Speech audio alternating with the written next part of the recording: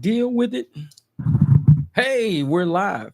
Let me know if you guys can hear this. Let me know because I don't know yet. I'm still trying to see if this thing is actually coming through. I'm going through YouTube right now.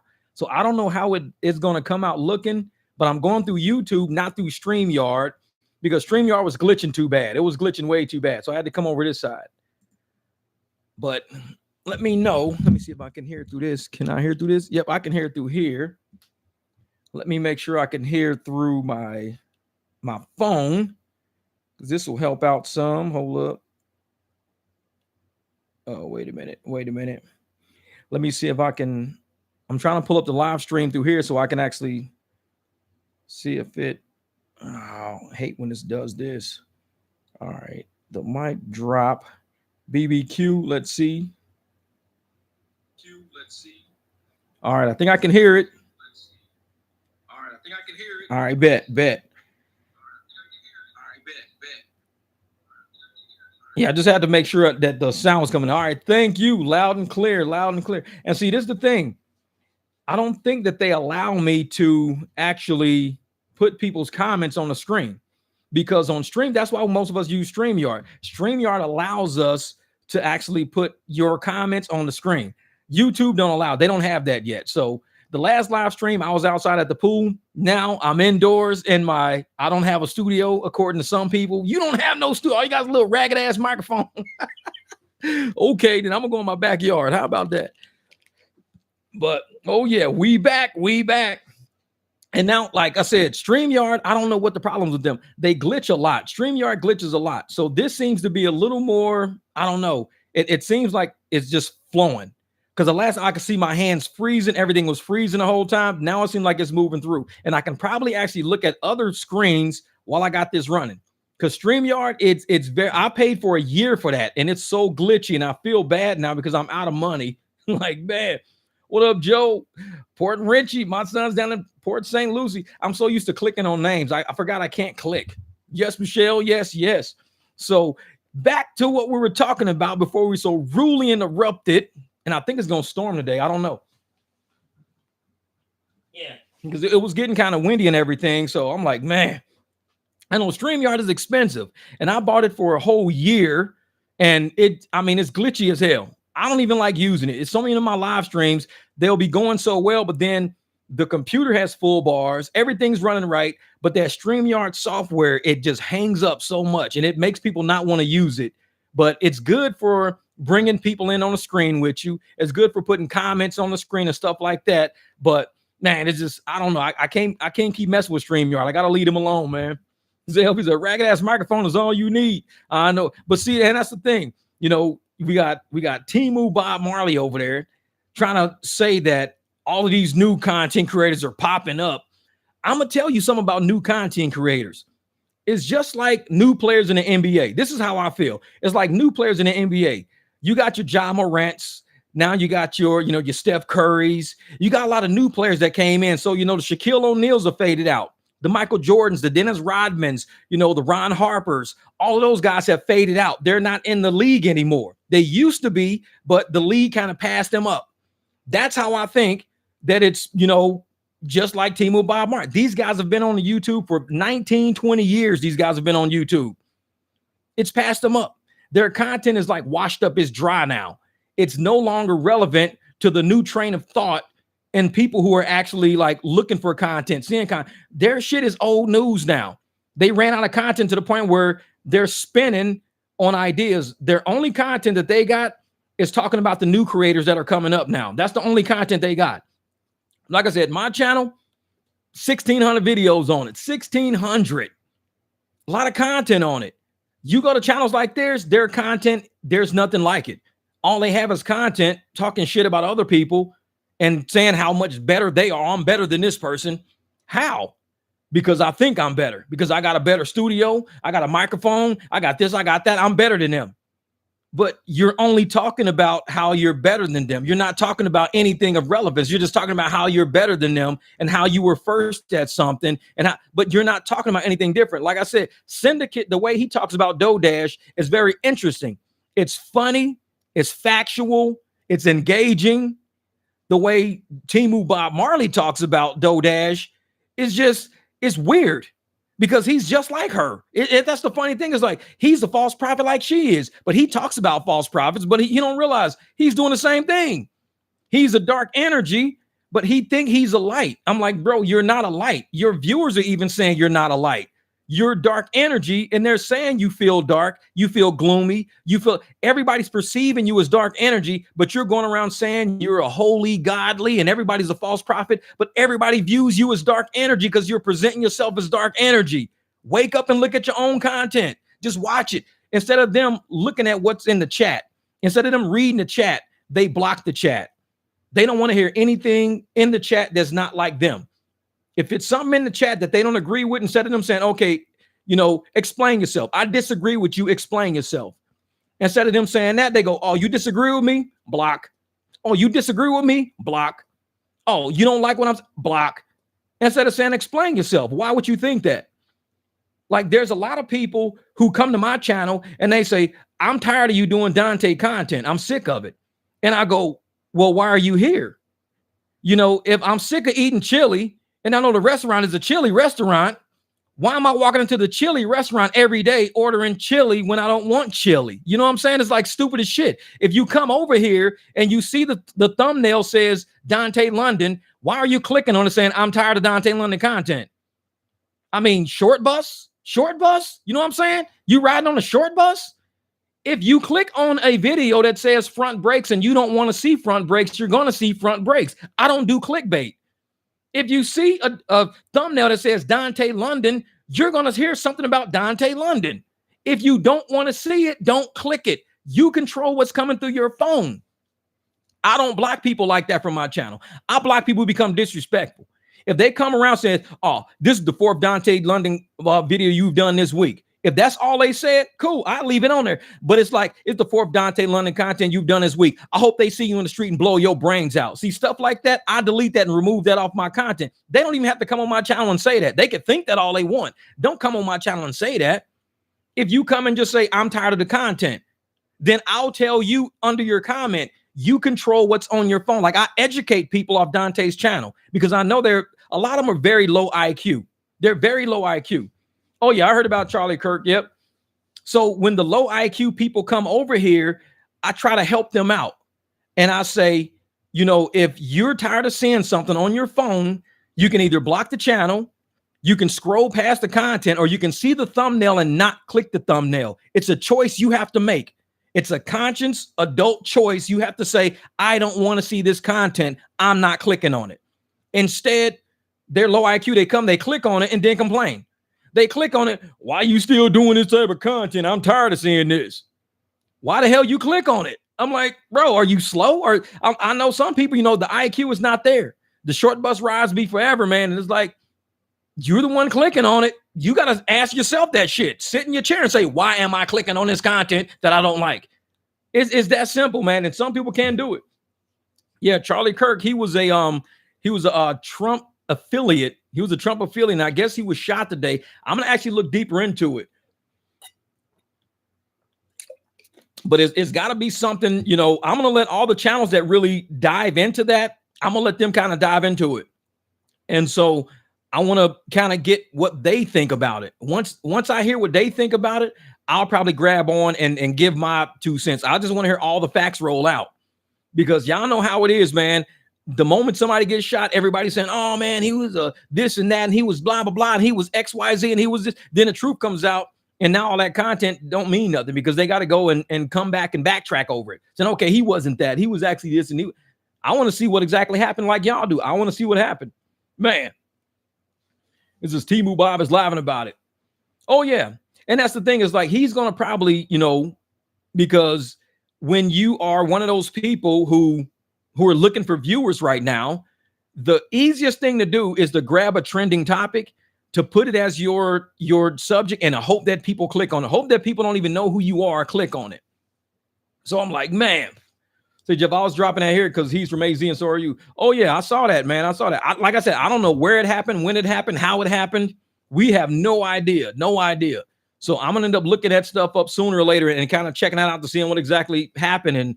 And man, it's crazy, man. It's crazy when people start taking politics at this level. And it's like, When you go to the point to where you don't think your vote matters no more, to where you just want to start killing anybody who's voting opposite of what you're voting, that's not a good country to live in. That's more like, Iraq and Iran and places like that. When you think you have to kill political opponents, like literally kill them, that's crazy. Oh, it happened at UV. My son went to UVU. He was an engineering student up at UVU. That's crazy. That's crazy. Yep, my son, he went to UVU. Freshman year, he was a UVU student. Now he's in Japan right now. So he left UVU and now he's up there. Nuts, man, nuts. Yeah, my son's whole mom's side of her family is all Utah. They're all Salt Lake and Pleasant Grove and, Park City and all that. So it's like he was a mechanical engineering student up at UVU. He decided that to take a contract with the government. So he took he's a civilian, but he took a government contract and they paid that kid a lot more than what I made when I had an accounting degree my first few years of working. He was making like what I was making years into my accounting pro, and he's don't even have a degree. He's just a college kid and said, hey, I'll take the contract. And I said, take it. They paying you that much? Take it.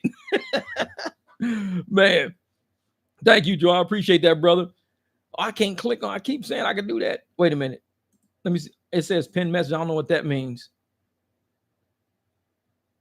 Hey, that's how you pin message. Okay, I see how. All right. I appreciate that, brother. And see, and that's the thing. Yeah. Thank you, Sean. I appreciate it. Hit the like button and hype the channel. And that's the thing. I believe at some point, hold on, let me get this light together right here. Oh, yeah. Like I said, moving everything from outside to inside is a little different. So it's like, so you're going to see the camera acting funny because it's trying to readjust to new lighting and everything. Yeah. This is going to say, hey, mic drop. You remind me of my dad. He said a lot of stuff that you're saying about being a hard worker. Because Miss Queenie, this is what I believe about work. I believe that we all provide a source of benefit to the community we live in. There's too many content creators that don't want to live in the real world. They want to live online. They're lazy. To me, they're lazy. They see no benefit. When they walk out their front door, they see no benefit to who they are. They walk out the front door thinking their camera is the lens to the world that they want to sell you. They want to sit online and be paid to sell you fake shit. It's like, why don't you go outside, see who needs help in something, help that person. You can even record yourself helping that person. Let's say somebody's car breaks down on the side of the road. They don't know how to jack it up. You do it. You can show people this is how, if you break down on the side of the road, this is what you do. You chock the wheels first. You put on the parking brake. You XYZ, blah, blah, blah. This is how you do it. You can show somebody. So the next time somebody's in a jam, they can say, hey, I know exactly what to do if our car breaks down on the side of the road with a flat tire because this guy recorded it. Now, instead of them doing that, it's too much work. Dante didn't even want to put potato chips on the shelf. He said it was too many potato chips to put on the shelf. That's easy. Try lifting a transmission off the floor to a bench. That's hard, but I do it all the time. So if you can't even lift a bag of potato chips out of a box and put it on the shelf in front of you, you say that's too much work. What kind of a content creator are you really? It's laziness. And when him and Dante, they promote laziness, their mindset is about laziness, doing everything the easy way, not really doing anything worth, making a benefit to society around them. There's no worth to it. They just want to see what they can get money out of. You can't really base a channel on that. You cannot base a channel on that because there's going to be hardworking people who are really in society viewing that channel. And instead of them going, you know what? I don't want to work no more. I'm tired of working. I'm sick of working. I love this channel because this channel is lazy. They sick of working. I'm sick of working. Oh, I'm going to get my camera and record. But they never talk about AdSense. They never talk about companies that are paying for ads. They never talk about the length of videos, the content within videos, video breaks, they never talk about that. All they talk about is money, but not how to actually make it. When we discuss money on this channel, we talk about investments. We talk about profit margins. We talk about declining money. All money ain't good money. We talk about that. All money ain't good money. You may have somebody saying, hey man, I'll pay you $100 to do this. And you'd be like $100 to drive you from Phoenix to Las Vegas. I don't want the $100 because we know that's not valuable. It's not an analysis that you have done. You have to do an analysis to say, is $100 to take you from Phoenix to Las Vegas and then I got to come all the way back worth it? No, it's not worth. So we teach people how to do business. We teach people how to say, hey, you know what? I can take you to Las Vegas, but I can't take you for that price. This is what I can do it for. if you're willing to do this, and you learn how to negotiate. So once we teach you how to do negotiations and things like that, then that's when you start saying, oh, it's a business. Yeah, it's a business. We got to learn how to negotiate. All right. This is what this channel teaches people, how to negotiate, and you find your worth. That's what it's about. Yeah. That's why I watch you, Mike. You give a lot of good advice. Yeah.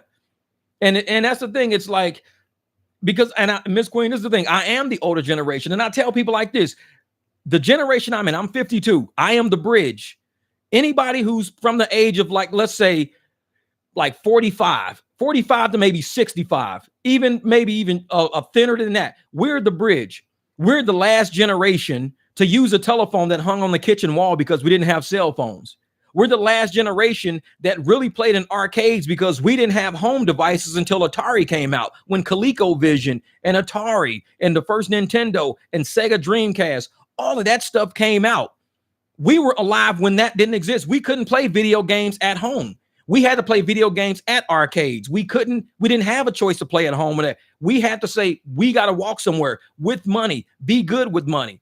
We didn't have cell phones. We didn't have calculators all the time. We had to know math. So the generation I'm in is the bridge between what used to be and what is now. So if you're only in the now and you're not of my age, you should probably ask the people in my age group, hey, what's on the other side of that bridge? What happened? How did we get here?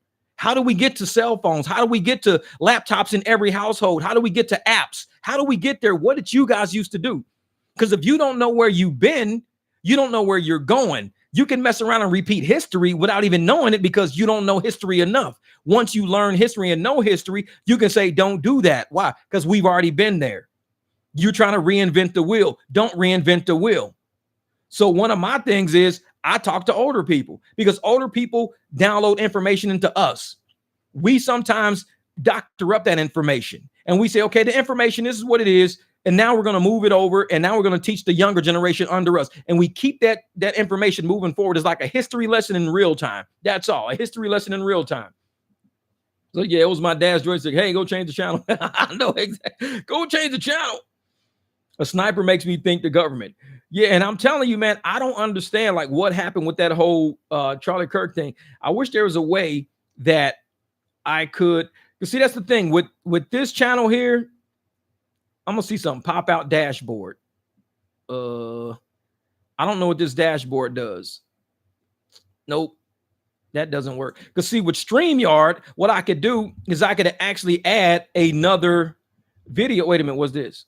Share screen. Oh, share screen. Wait a minute. Let's see something real quick. I could probably do this. Let me try something just to see what would happen.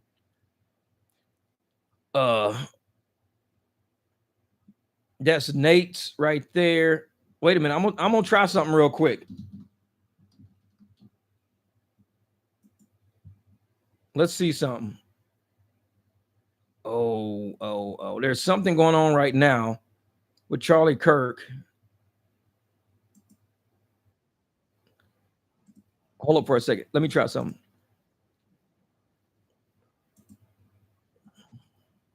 Right. Well, I think you guys see that? What's taking place, Major, is a polarization that's going far beyond what we were used to past 20 years or so. We were talking about red and blue America, and we were talking about cultural differences between Republicans and Democrats, NASCAR versus soccer moms and so forth. But what instead seems to be happening is we're breaking apart into two different societies, two different cultures. And the process takes place. Individuals are feeling. Let's see what Megan Kelly says. They don't know who committed this crime, and we must know. And I have faith in the law enforcement to find out. God bless all of you. Thank you. Thank you for being with us. Thank you for making this show possible.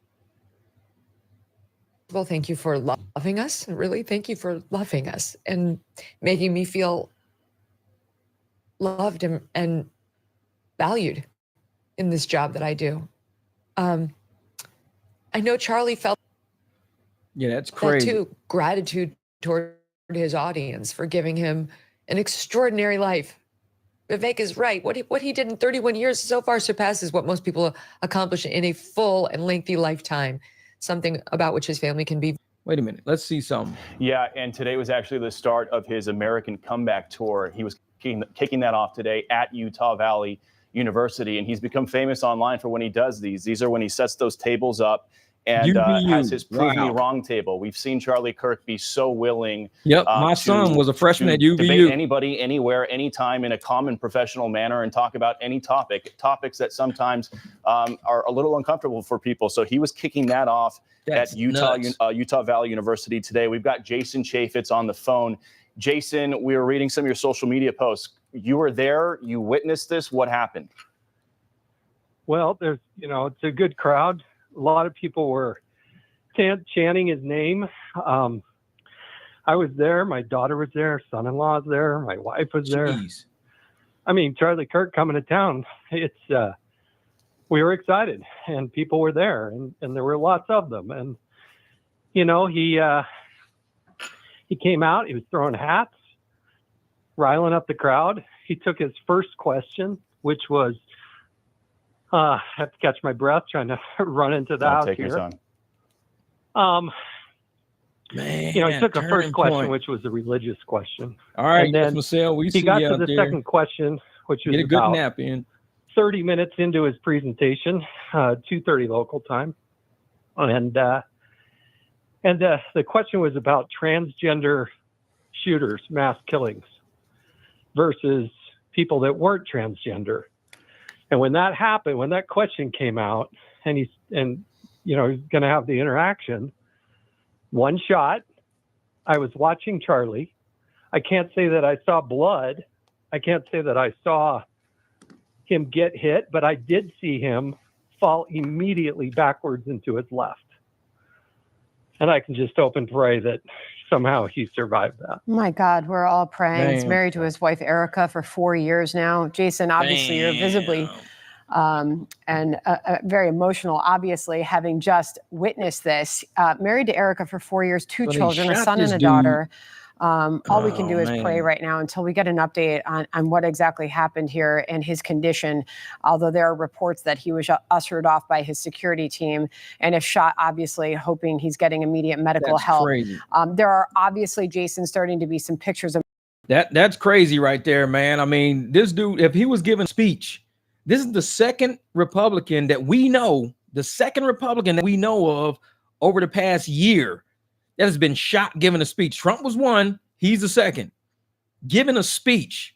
And it's almost like they don't want people to give speeches. They want to somehow say, because when at the Democratic speeches, there's no shootings. There's nothing like that. It's always just people just ranting and talking about what they're going to do and how they're going to fight and nobody cares. Nobody trips off that. It's cool. But if you're at these Republican events and the people who are speaking are getting killed, it's almost like they want to tell Republicans don't gather. Like, if you gather, you're Republican and you're leading, we're going to find some way to kill you, whether it's the government involved or if it's regular people involved. It's always been the Democrat. We're the party of peace. We're the party of policy. We're the party of voting. But it's like killing people. You can't kill people because you don't like the way votes are going or you don't like the way energy is going.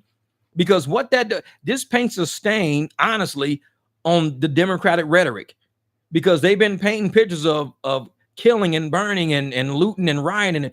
This is the rhetoric they've been painting for so long that it's almost hard to just ignore it. I mean, you can't run a country based on assassinating people that you don't like. You can't run a country based on that. You can't sit around and say, hey, if you disagree with me, we're going to kill your leaders. We're going to annihilate you. We're going to burn all your leaders' businesses down. We're going to do this.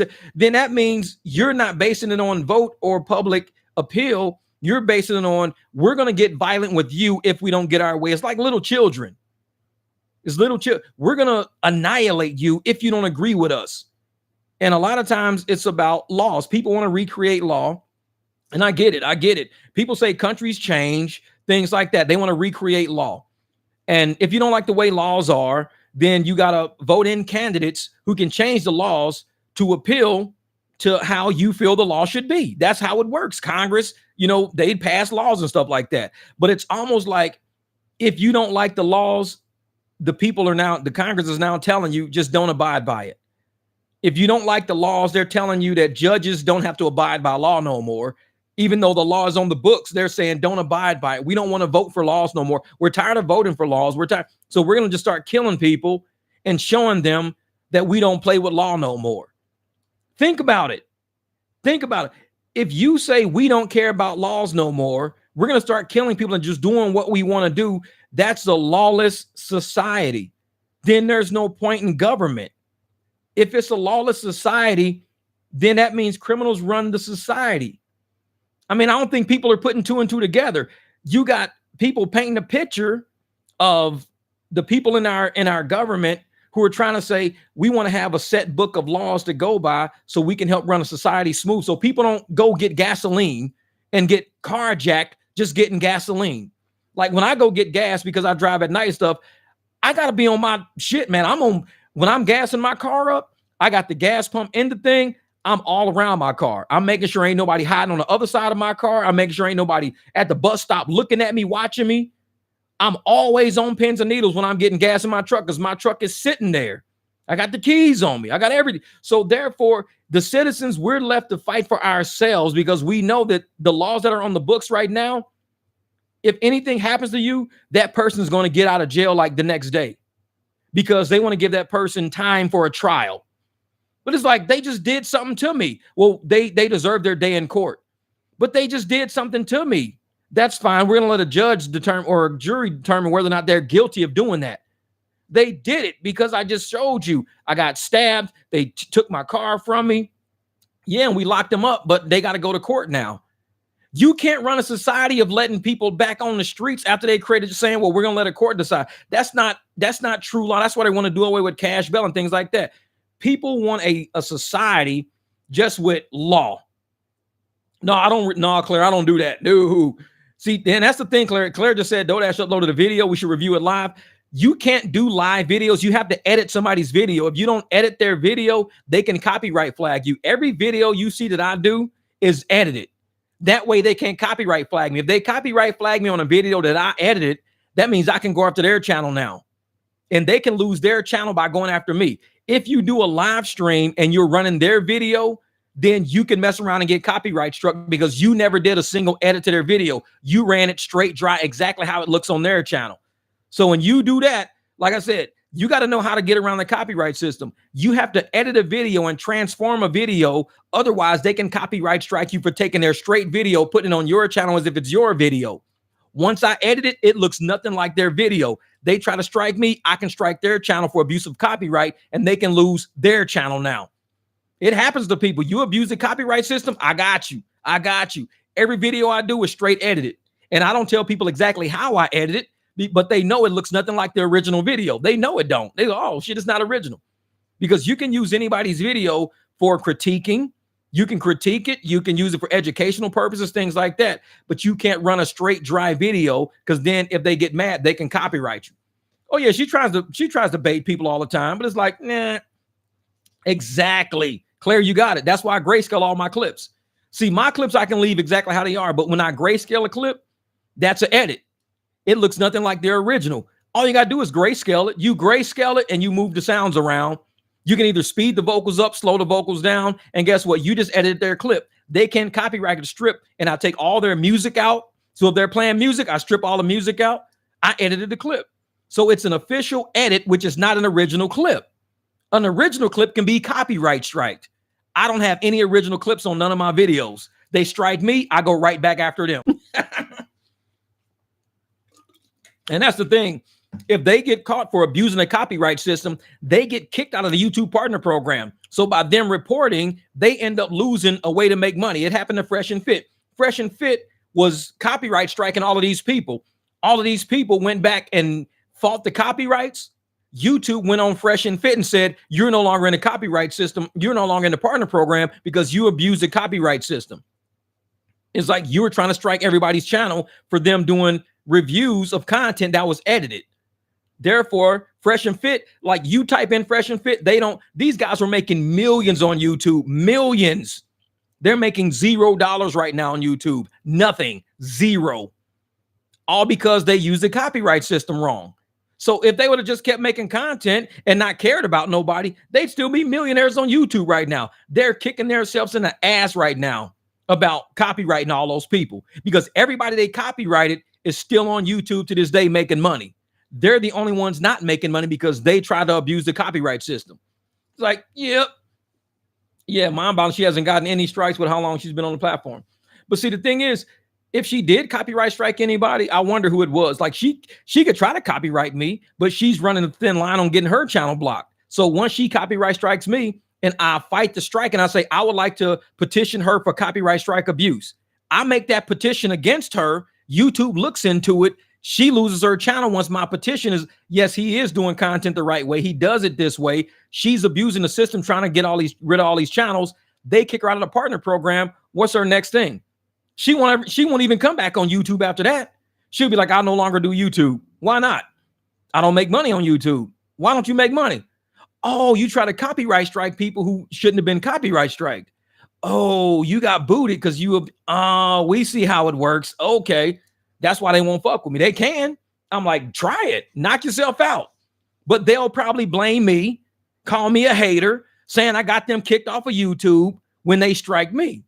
See, that's how the game's going to go. I'm telling you now, the moment I end up getting one of these people off of YouTube for striking me, they're going to say that I kicked them off of YouTube. That's what they're going to say. Well, he got me booted off of YouTube. How? What did he do? He just made reviews. He only reviewed content. How could reviewing content get you kicked off of YouTube? He's just reviewing content. Well, I reported him for copyright strike and YouTube said I was abusing the copyright system. So now I'm no longer a YouTube partner. Also, you basically reported yourself. That's what you tell us. You reported him and you basically fucked yourself in the process. Yeah. Then there you have it. You did it to yourself. And that's the thing. A lot of people don't understand how the copyright system works. And I tell people the truth about the copyright system.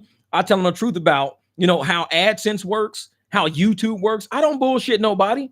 I tell people the real about it.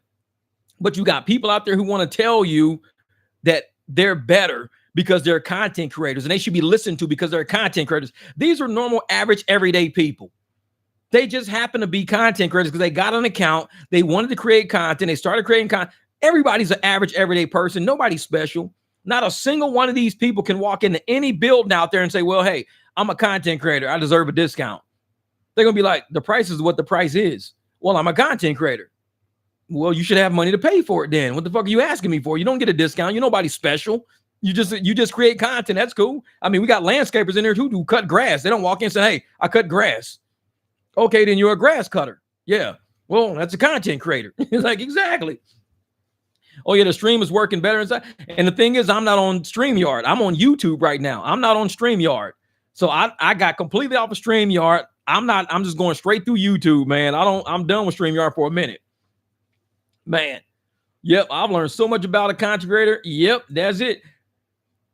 And the thing is that I tell everybody the truth about content creation, and I even show people real actual content creators, and I show their content and what they say and their opinions about it, and how the reasons why they left, the reasons why they create. And I don't bullshit nobody because too many people who feel inadequate in real life, they feel inadequate and they think if I just become famous, I'll be worth something. Even Dante said it himself. I'm nobody and women don't want me until I have money, because a woman don't want a man with a 9-to-5. This is what Dante says. A woman don't want a man with a 9-to-5. A woman wants a man with no job. A woman wants an entrepreneur. A woman wants a man who owns his own. This is what Dante thinks. Dodash thinks the same shit. It's like nobody wants to be around people with jobs. Nobody wants a job. This is how both of them think. I think that I only made it this far in life because I did have a job. I've only not had a job for a few years of my life. I've worked probably 80%, 90% of my life. I've had a job. 80 to 90% of my life got me this far. So why would I say 80 to 90% of my life got me this far? And now I'm going to negate all of the fact that I had a job since I was 15, 16. I'm going to negate all of that and just claim YouTube is responsible for my success. No, 80 to 90% of what you did with your life got you this far. What have you done to get to this point? Work at a job. This is why I'm this far. Worked at a job, got a career. So why would I tell somebody that what I did to get this far ain't really what works? See, Dante won't tell people what he's doing won't work. He goes through a lot of jobs and he's not successful at what he does. So his life is not a success yet. But people are like, oh, he's a genius. Dante's a genius. He's special. He's spectacular. He's a fuck up. I mean, I would never want to be in his shoes, ever. He's a fuck up. How are you in and out of low-income housing, in and out of jobs all the time, evicted every other damn day? You can't pay for all the shit you got, but you're special? I mean, I think it's a lot of slow-ass people that got Wi-Fi that watch these people, and they really think because I see them, because they got so many subscribers, they must be special. A lot of people come to watch a train wreck. A lot of people will go watch a train wreck. If you have a channel saying you are a college grad, 4.2 GPA, you get every job that gets offered to you, this and that. How many subscribers do you think you're going to get? None. Because nobody want to see that. They want to see the train wreck. They want to see the one who fucked up. They want to see who tripped over the curb and fell into the bushes. That's what they want to see. People come to YouTube to see fuck ups. They come to see the person fall off the horse into the mud. That's what they came to see. They came to see somebody step on the board and the board break through and they fell downstairs. That's what they came to see. People come to see the train wreck. So when you see people like Dante's channel blowing up, it's not because he's a success. It's because everybody's gathered around to see the bearded lady. Come around to see the fucking bearded lady. Come see the man with bat wings under his fucking arms. Come see. I mean, people come to the circus to see weird shit. That's what they come for. Nobody goes to the circus, see the smart man who can add. Okay, nobody's buying tickets to the smart man that can add. Yeah, what's 2 + 2? 4. What's 3 × 3? 9. Oh shit, give me a ticket. I gotta see this shit. Bro is good at math. Nobody gives a fuck about that. But if I tell you there's a lady with a fucking beard, bro, you're gonna buy a ticket because you want to see the lady. This lady got a beard, fucking mustache and everything. She got a whole motherfucking goatee, bro, and she a lady. You're gonna buy a ticket to that because you want to see this lady with a fucking goatee. You don't care about the dude that knows 3 × 3. Everybody comes to see the train wreck. So when I come and I see everybody flocking to the fuck up channels, I know why they're there. I mean, the content is just it's bullshit. It's bullshit. Who comes to see somebody getting evicted? I'm gonna come see how much shit they throw out of your house. They throwing shit over the banister. They throwing shit on the curb. Motherfucker, for some reason, why does everybody that gets evicted got coloring books? It fucks me up. Every time you see people shit all on the side of the road, they don't even got no kids. These motherfuckers got coloring books and crayons and they shit. Why does everybody who gets evicted got coloring books and crayons? It fucking throws me. And I'm like, these people don't even have kids. They don't even know no fucking kids. But it's coloring books all in this shit. It's like fucking Spider-Man, Superman, Bubbly goes to daycare. It's all these weird ass coloring books in the shit. And you got big ass crayons all over the fucking place. I'm like, but this is what people come to see. They come to see the train wreck. They don't come to see success. I can't tell you how many people I know that are very smart, highly intelligent, educated people, but they don't get no views. But you go to the most dumbest, idiotic, stupid ass people that you can ever find on the internet, they going viral every day because people want to see the train wreck. That's why I tell you, when you get on YouTube, you do not owe any of us, any creator out there, respect. You don't owe us shit just because we got subs. You don't owe us shit just because we got views. Because you got to look at the content first and you got to say, you know what? You went viral, but you went viral for telling people to quit their jobs. You went viral for telling people to not have security and stability in their life. You went viral for dumb shit. You didn't go viral. Yeah, but I went viral though. You didn't go viral. I went viral. You didn't go viral. I'm better than you because I went viral and you didn't.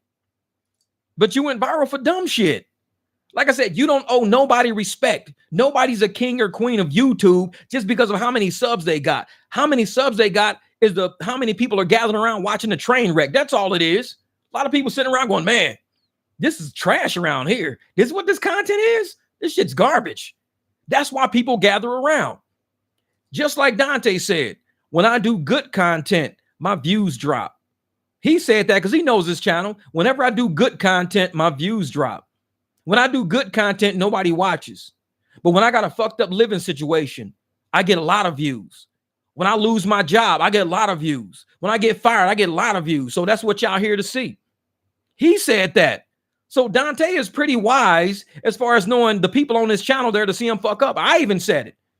I mean, I said his people come on my channel telling me the more videos you do of Dante, the more views he's going to get.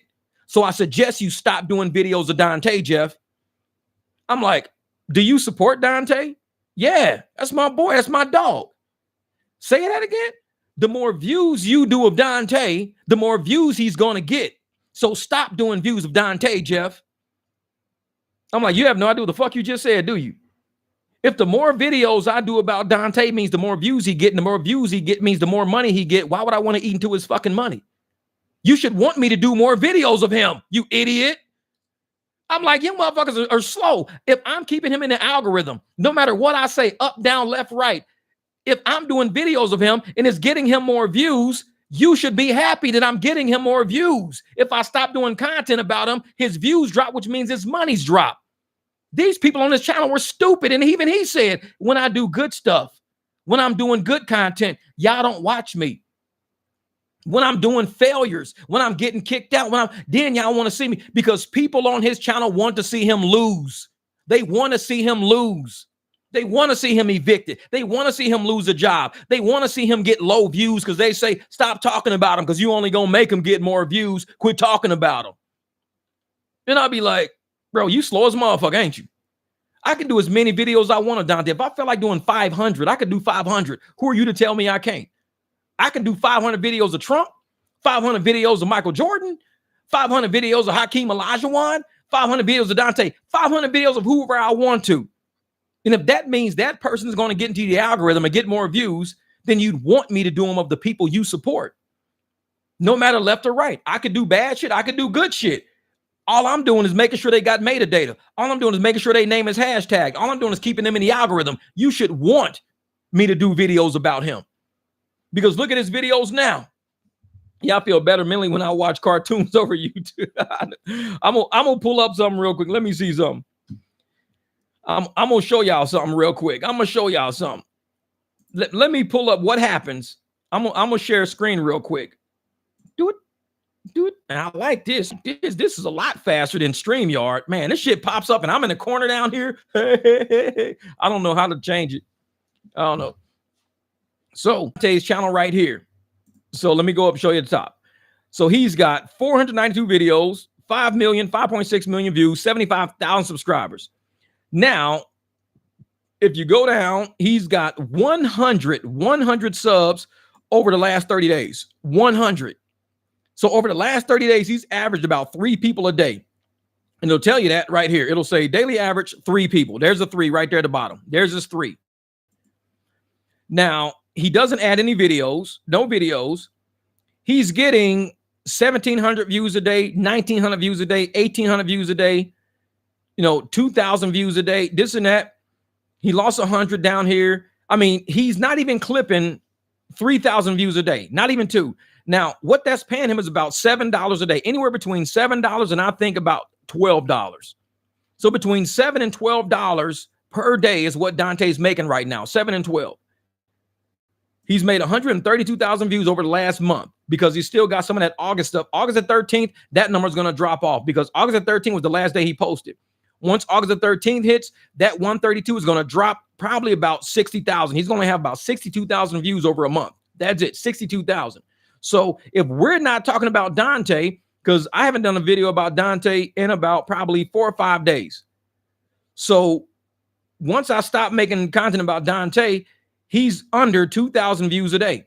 He's under 2,000 because I've done my last 3 videos about DoorDash. My last 2 or 3 been about DoorDash. So his views dropped under $2,000 over the last bit when I have it under 2,000 views. So he's not even clipping 2,000 views if nobody's speaking about him. His people on his channel should be saying, keep talking about Dante so you guys can at least give him some money. Keep talking about Dante so you can keep subscribers going to his channel waiting for him. Keep talking about Dante because when you don't talk about him and you're talking about DoorDash, he's not even making 2,000 views a day because you're not talking about him. Nobody's going to his channel. This dude's got 75,000 subscribers and he can't even get 2,000 views a day on the content he's got. I only got 18,000 subscribers and I get 3,000, but it's all my content is evergreen content. All my content is evergreen. It's about changing brakes. It's about changing alternators, water pumps, hydro boosts. My content is always going to get views on it. It's about BMW work. My content is always going to get views on it. So I'm sitting there going, you want us to talk about Dante, because if we don't, he's out. Now let's look at mine. So I'm the same thing. I'm a C grade. I got 30. So he's got 5,600. I've got 3,800. So I'm 1.4. No, he's 30.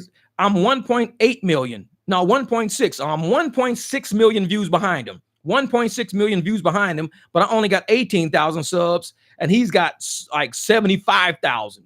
So he's like 3x, 4x what I'm doing. So he's about 4x what I'm doing. But if he was 4x in views, he'd have about 16 million views instead of just 5 million views.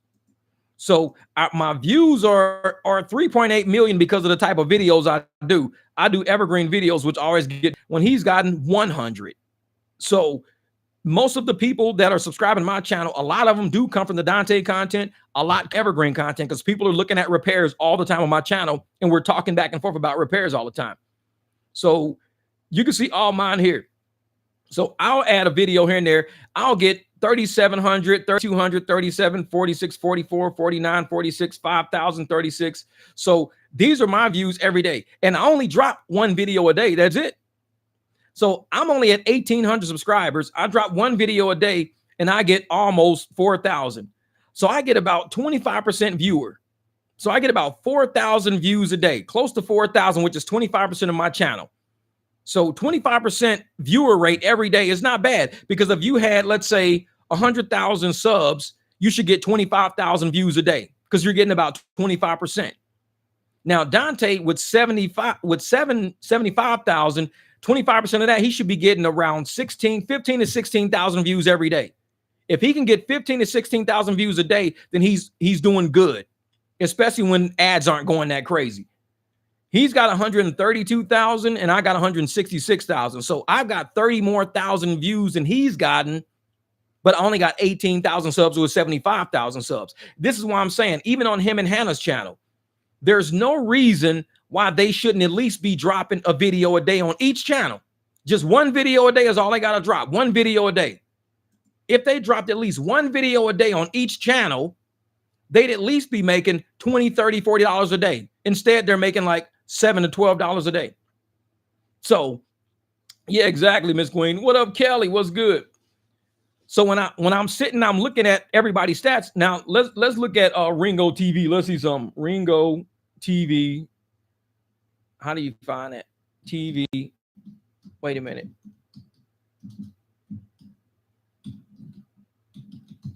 Let's see if we can find. Okay, Ringo TV reactions. All right. So he's got 35 million views, 185,000. He's a C grade too. Everybody's a C grade. He's got 3,000 subs, because this is how you can tell. You see the 1,000 here? So this is what cracks me up. These are his views, 23,000. It's not bad. 19,000, but he's dropping 5 videos a day. So 5 videos a day, 19,000. So he's getting about 4,000 views a video. He's getting about 4,000 views a video that a day drops. 4 videos, 20,000. 6 videos, he dropped 6 videos that day, 11,000. So he's getting about 2,000 views a video. Could be shorts, could be anything, whatever. When he don't drop, he gets about 7,000. Not bad. He's not doing bad. But for 185,000 subscribers, he's doing horrible. If you've got 185,000 subscribers, 185,000, and you're sitting here with 19,000 views, that's it? That's all you get? And that's all your content. You have 3,000 videos on your channel.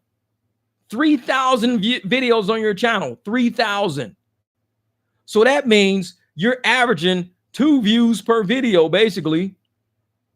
But if you drop a video with 185,000, 25% of 185,000 should be like 50,000, 40, 50,000 people. So you should be, he's at half capacity people, but he's not.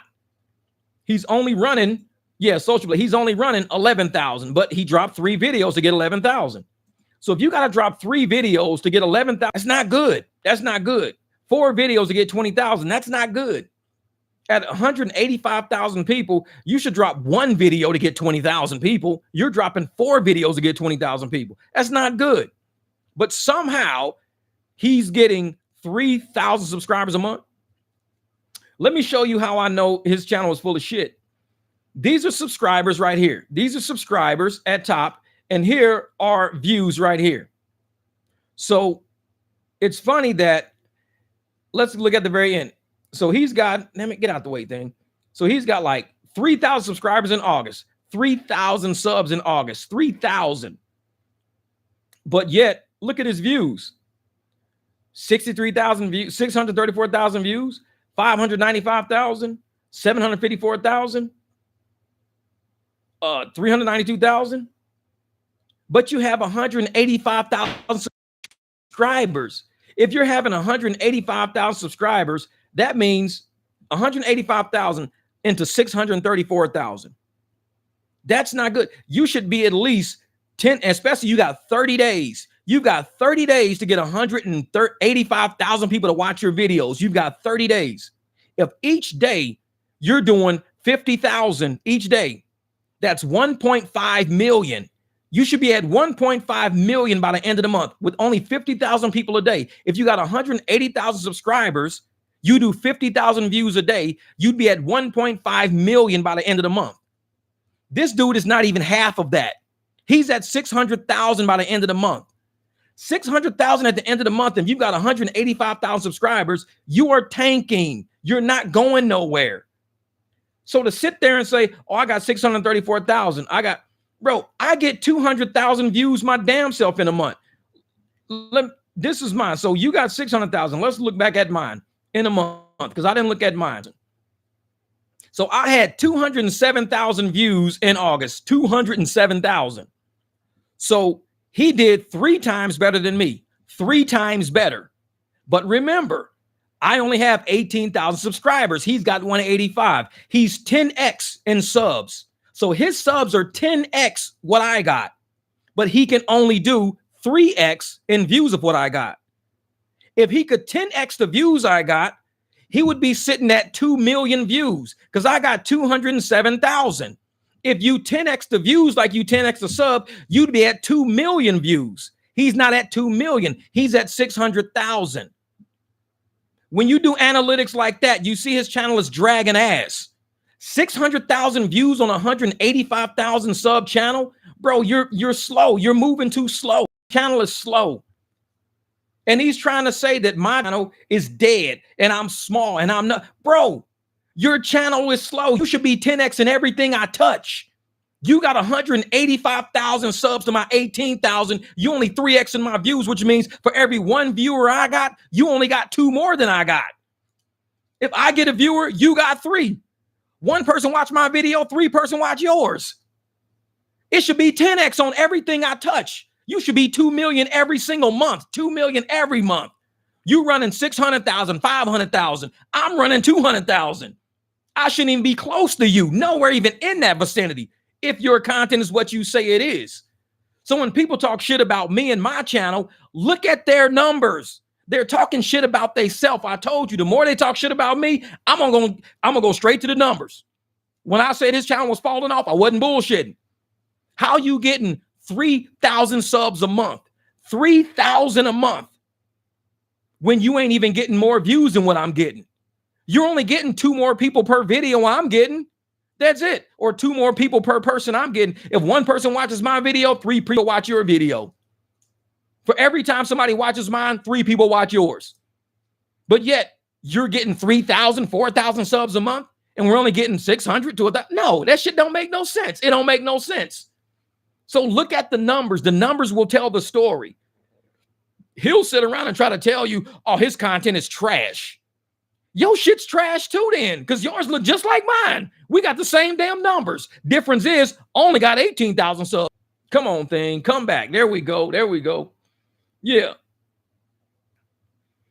Oh, yeah, Kelly. I believe that Ringo makes the same video over and over, always talking about family and friends not supporting you. That's it. And this is the thing what fucks me up about that type of content. It's stupid. to say family and friends don't support you and you make that the bread and butter of your channel, he's trying to link into loners. His entire channel, he wants to link into loners. Just I know Ringo messing with your connection. He fucking with me, man. He's fucking with me now. Ringo like, ain't no fucking way. Clank. Spam his motherfucking channel. Yeah. And see that thing. See, so once your views are in the millions of YouTube, you think you're making decent money? Well, you get paid every 1,000. So if you make 1,000 views and your RPM, which is what you get paid is $8, you get $8 for 1,000 views. So if you make if you get 1,000,000 views, that's 1,000. So you get 1,000 1,000s because you got 6 zeros. So that's 1,000 times 1,000. That's 6 zeros right there, which means if you get $8 times 1,000, you get $8,000 for 1,000,000 views if you're at $8 RPM. So if you get 1,000,000 views like Ringo should be at 2,000,000 views a month. He should be, because if I'm at 200,000, he should be at 2,000,000 because he's going to 10x me. So at 2,000,000 at $8 RPM, he should be bringing in $16,000 a month.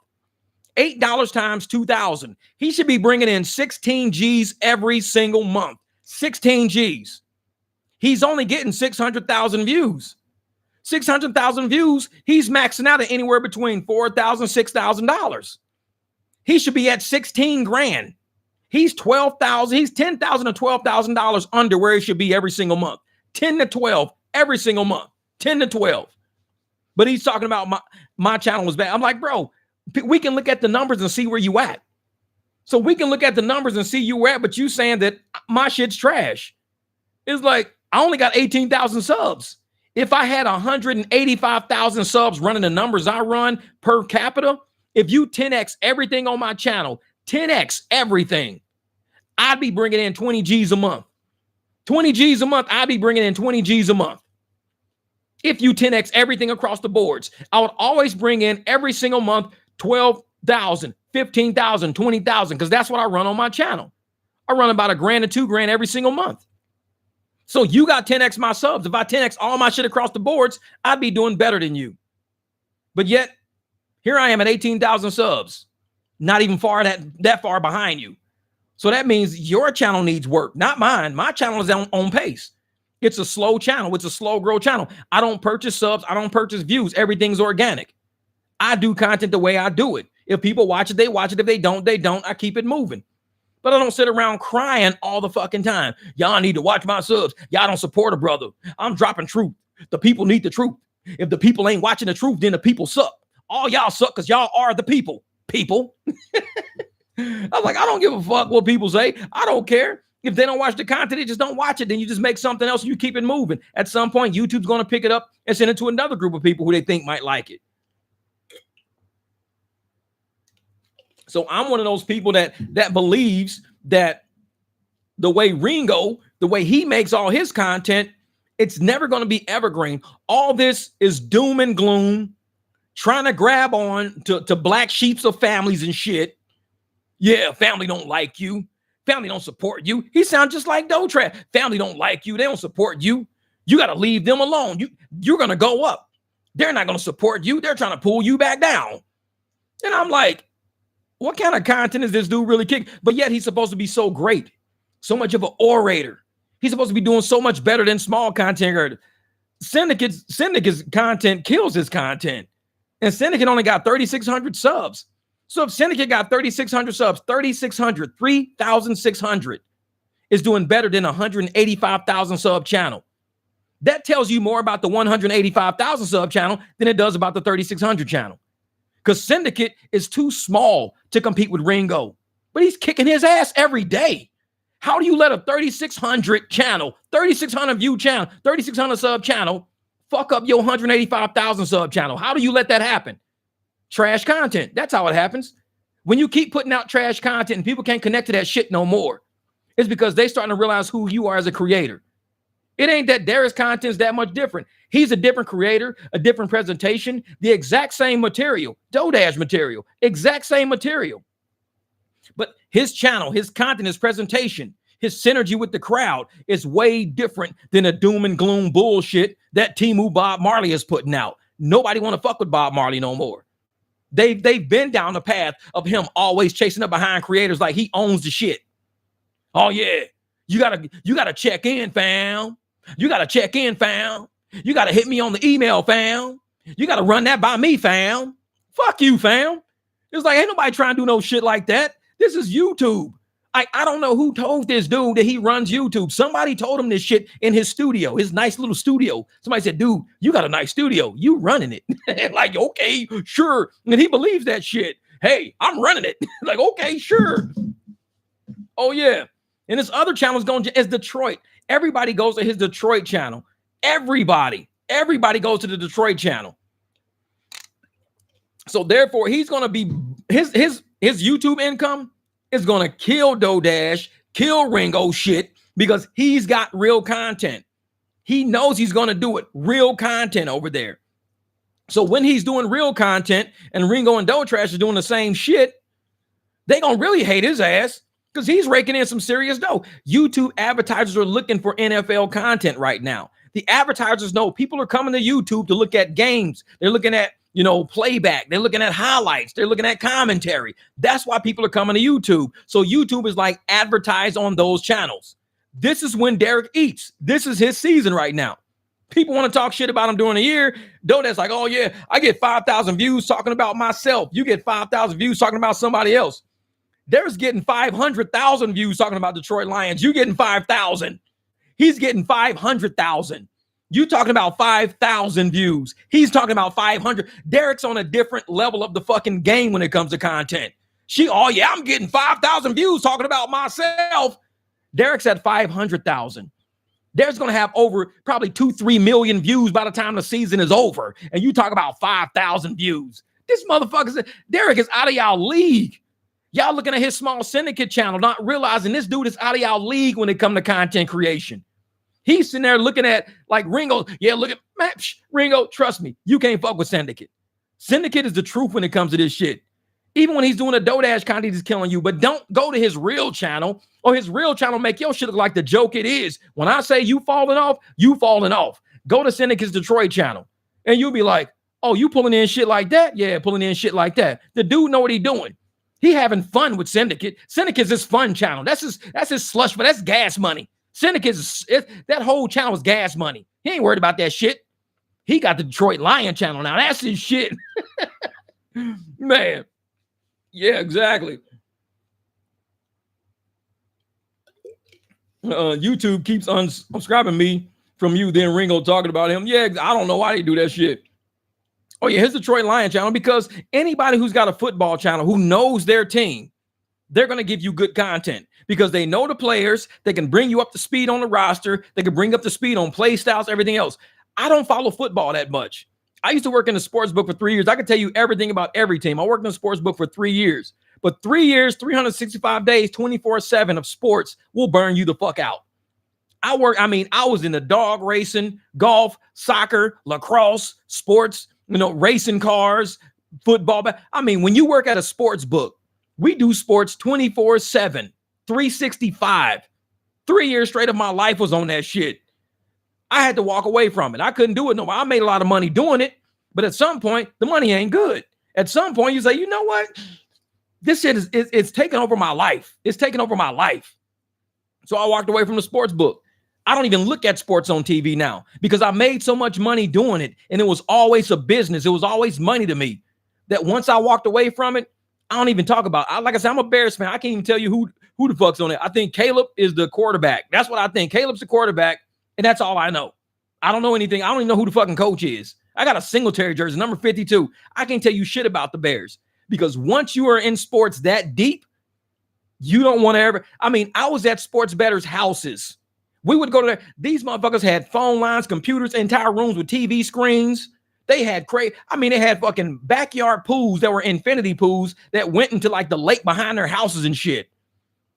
When you're that deep into sports to where you're only around sports bettors, they throwing parties for us. And I'm like, you know what? I'm out. I'm out. A lot of people winning money, a lot of people losing money. I did well, but I said, let me leave this shit alone. Because I see people losing houses, going to jail, losing this, getting tied up in schemes and scams. And No, sports betting is not what you think it is. It is not what you think it is. People will make it to be like some dream illusion. Sports is money. It's all money. It's entertainment. Is this and is that. But if I'm not making money in sports, and like for 3 years I made money in sports, big money, I don't want to do it no more. I just the temptation is too great. And I walked away winning, and I didn't, lose everything and claim bankruptcy. Never had to claim bankruptcy, no shit like that. You got to learn, and especially in Vegas, when to walk away. I walked away from Vegas in 2012.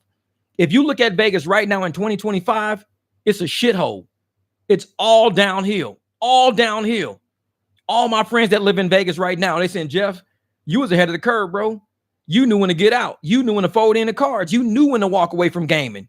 You knew when to call it good. You walked away and used all your money to invest in shops and garages, build yourself up, do your own thing. You put all your money into business. Man, you walked away when it was good. Look at Vegas right now. Any Vegas video you pull up right now, people hate Vegas.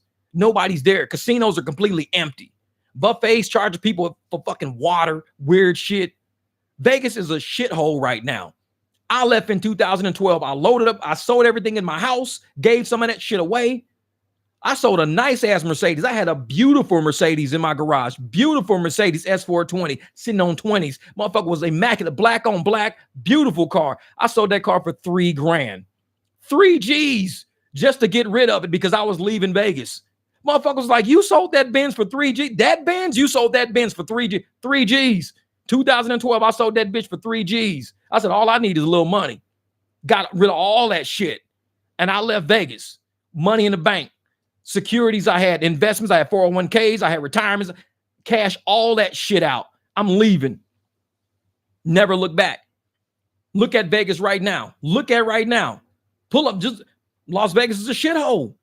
I saw it coming because I did the casino statements. When people think I worked at a casino, I sat in boardrooms with Steve Wynn, Stephen Klubeck, Richard Klubeck. I sat in boardrooms with Paul O'Neill. Paul O'Neill, he was the CEO of Caesars. Richard Brown, he was the CEO of Stratosphere. Paul O'Neill was the Caesars Palace. I sat in boardrooms with those guys.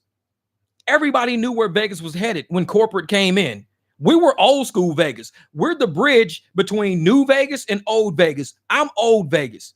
I'm where you come in, you shake my hand. Hey, man, me and my wife, we just arrived in town. This is our first time in Vegas. I'm like, oh, tell you what, here's a free ticket. Go over there. You guys grab a buffet. Let me know how it tastes. And here's another ticket for the show later on tonight. Go to the show. Let me know. We gave away shit. We gave away. It kept people coming back to Vegas. We gave Vegas away. Vegas was beautiful back then. People would come in, lose $3,000, lose $1 million, and not even feel bad about it because they got everything for free. They got treated like kings and queens. We treated we don't care who you were. You could be a farmer from Iowa in goddamn overalls and spandex and shit. You jump off the plane, we gonna treat you like a king. You don't need no player's card. You don't just tell me, hey, my name's Farmer John. I ain't never been to Vegas. This place is crazy. Tell you what, here's a couple of tickets to Celine Dion. It's on me. Just go check out Celine Dion. You're going to love the show. Free shit. We gave away Vegas, and it kept people coming back. It made people love Vegas. Vegas now, it's a shithole. Nobody wants to go there. People complain. They spending $40 on water bottles. They got to pay to park. They got to do this. And I'm sitting there like, how are you charging people who are coming to lose money to park in your parking garage? I mean, let them park. Let them come in and lose money. At least when they leave, they don't got to pay to get out. Now they trapped in the damn parking garage. They can't even get out the parking garage because they got to pay to get out. And they lost all their money in the casino. At least let it be free to leave. But it's like, no, Vegas, it went downhill, man, downhill. But that's when I was in Vegas in sports books. I was involved in all the gambling shit, all the rebuilds and the build outs. And I was young back then. I was young. And everybody looks at me like, bro, when I think of Vegas executives, I think of these like white guys with glasses and suits, and I don't think of you as a damn Las Vegas executive in the board. Trust me, I used to wear suits. I had probably 30, 40 suits.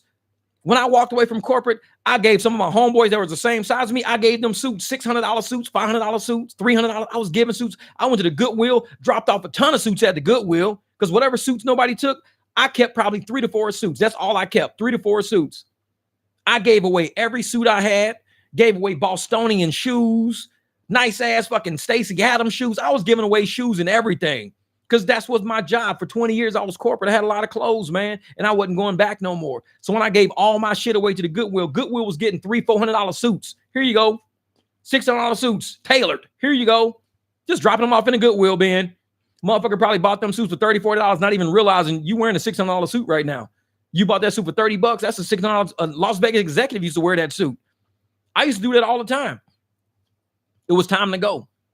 And now I look back at my decision and I don't feel bad at all because I'm looking at all my people that stayed in casino, people that stayed in Vegas. They're struggling right now. They struggling because they put all their eggs in one basket. Vegas. Vegas is going to make it. Vegas is going to take care of us. Vegas casino is going to win. Vegas has no industry. Once corporate came in, Vegas turned into a stock. That's what it turned into. It quit being fun. It quit being a destination that everybody wanted to come to. People get off the plane and they got anxiety. How much is this going to cost us? We got resort fees. We got parking fees. We got bottled water fees. We got chicken finger fees. We got all kind of fucking fees now. It's like, how much is this shit going to cost us? When people used to come to Vegas, it was like, don't worry, bring about $1,000. You come to Vegas, bring about $1,000. You'll probably leave without it. You might win some, but you're going to have a good time. Now, your $1,000 is spent before you even get there. Your hotel, resort fees, all these crazy. Nobody wants to fucking be there no more. Nobody wants to be there. It's like, why is it that when some people win at casinos, the casinos don't want to pay out? I've been out of casino since 2012. I couldn't even tell you. I used to walk in casino cages. I used to cash out. I used to sign for casino shit. That was in 2012. Anything about casino right now in 2025, I couldn't tell you shit. I haven't been in a casino cage since 2012. So I don't even think I walked in a casino here in Arizona to go. I had to pick some people up. I played with some people one night, played craps. I ended up even money, left. I really don't even mess with casinos no more. Because when you've been in it to that degree, when you've been in casinos and that's been your life for so long and you walk away from it, it's like you purge yourself. I have no anxiety, no worries. I don't hear slot machines going. I don't care about shit. Casinos are the last thing on my mind. And that's all I did with my whole life was casino. And it's like when I wake up, I don't think about a casino. I wake up, think about my dogs, think about swimming, think about eating. What I'm going to have for breakfast? Which car am I going to wash off today? Because I'm going to use a car today. That's just what I do. It's like, I don't worry about casino no more. Oh yeah. Like I said, I've never been to Casino Arizona, but I heard they got good food. I've been to Talking Stick and Desert Diamond. That's it. That's the only casinos I've been to. Talking Stick and Desert Diamond. I haven't walked into any other casino because it's just like, I've seen them all. I've walked in, I've seen them all. I've done everything in them. It's like, if they would change their theme, change their scheme or something, do something good. But there's the casino, they just want to get people in there to play, to lose money. And if you win in too much, they probably don't want you there because you're opposite of what they want. They don't want winners, they want losers. They got to keep the business going. And I think that's what Vegas was. They were giving away so much money, doing so many things. Old corporate, old Vegas loves it. New corporate is like, well, it's affecting our bottom line. We need more money. So they stopped giving shit away. And I'm like, I left Vegas alone. I'm done with Vegas. I'm done. I'm tapped out. And when I was in St. Louis has casinos. I was in St. Louis for about 6 years. I went back I was in the casino once. I walked in that casino downtown. Oh, what was the name of it? The Lumiere. So I walked in the Lumiere one time, kind of cruised through it, saw how everything was set up and everything like that, and left. I just wanted to see how it looked. Never played, never really sat around it. It's just, I did casino my whole life. So it's like, once I walk in there, it's not that I want to be there. I just want to see what shit's about. Like, does it change? No, don't really change. Same old, same old. Shit's the same, nothing different. Casino. I go there every year for my birthday. Yeah.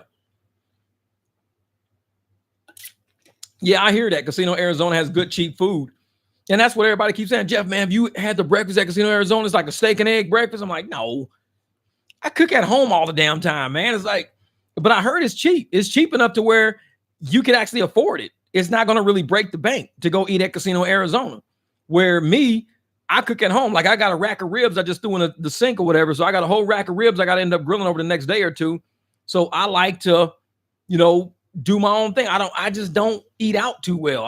I'm not one of those people that eats out a lot. And there's a few restaurants around me, like the little small taco stands and shit like that. I do that all the time because their community, there's $15. They charge $12. I give them 15 because I give them a $3 tip. But it's like you help supporting your local community just by keeping these small businesses in place. So we're not stuck with places like Jack in the Box and Taco Bell. I like mom and pop shops because they're not corporate. I was corporate for a long time. If you don't support local, you're going to be stuck with corporate and that's all you got. It's like, I don't want to be like that, man. Oh yeah. 2 bomb ass tacos for $6 at Casino Arizona, and they're big. Yeah, I might have to try that because I like to try tacos. I like to try that just to see, what they got out there. Like who's making what food. And some of that stuff's really good, like authentic. And that's what people don't understand about Arizona. We have some of the most authentic Mexican food here that tastes nothing like this Americanized corporate ass food.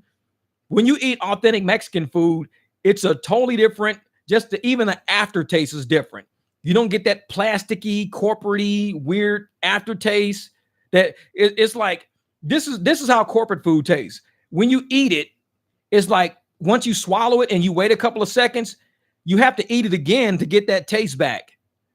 With real food, you can eat it and savor it. You can eat it and kick back, chat, talk, everything else, and you can still feel that goodness in you from what you ate like a whole 2-3 minutes ago. You can still feel that good taste, and you can have a drink, and it's like, oh man, that was so good. And you bite it again. With corporate food, you eat it, and it tastes like plastic and like corn. But it's not. You're not even eating corn. But it's like, what the fuck am I eating? This shit tastes like corn paste or something like that. But you eat it, and you got to eat it again to get that fresh taste back again. Like, oh, that's right. Now I remember what it tastes like. Yeah, I remember what it tastes like. I can't eat corporate food. I got to eat real food.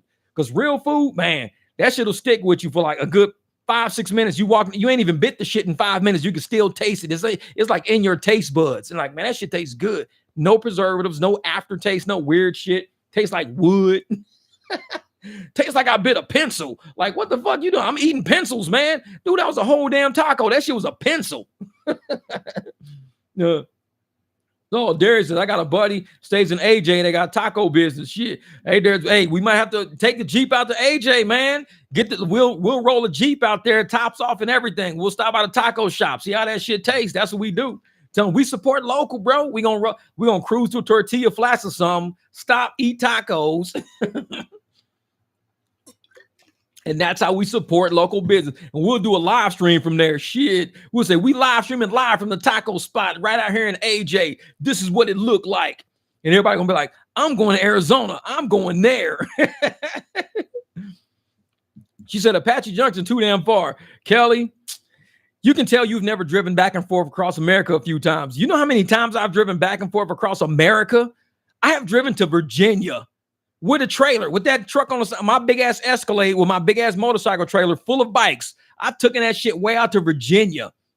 And you talking about Apache Junction is too far. I went to Salt Lake City. I drove to Salt Lake City and back. It took me 12 hours each way. 12 hours towing motorcycles to Salt Lake City and back. 12 hours.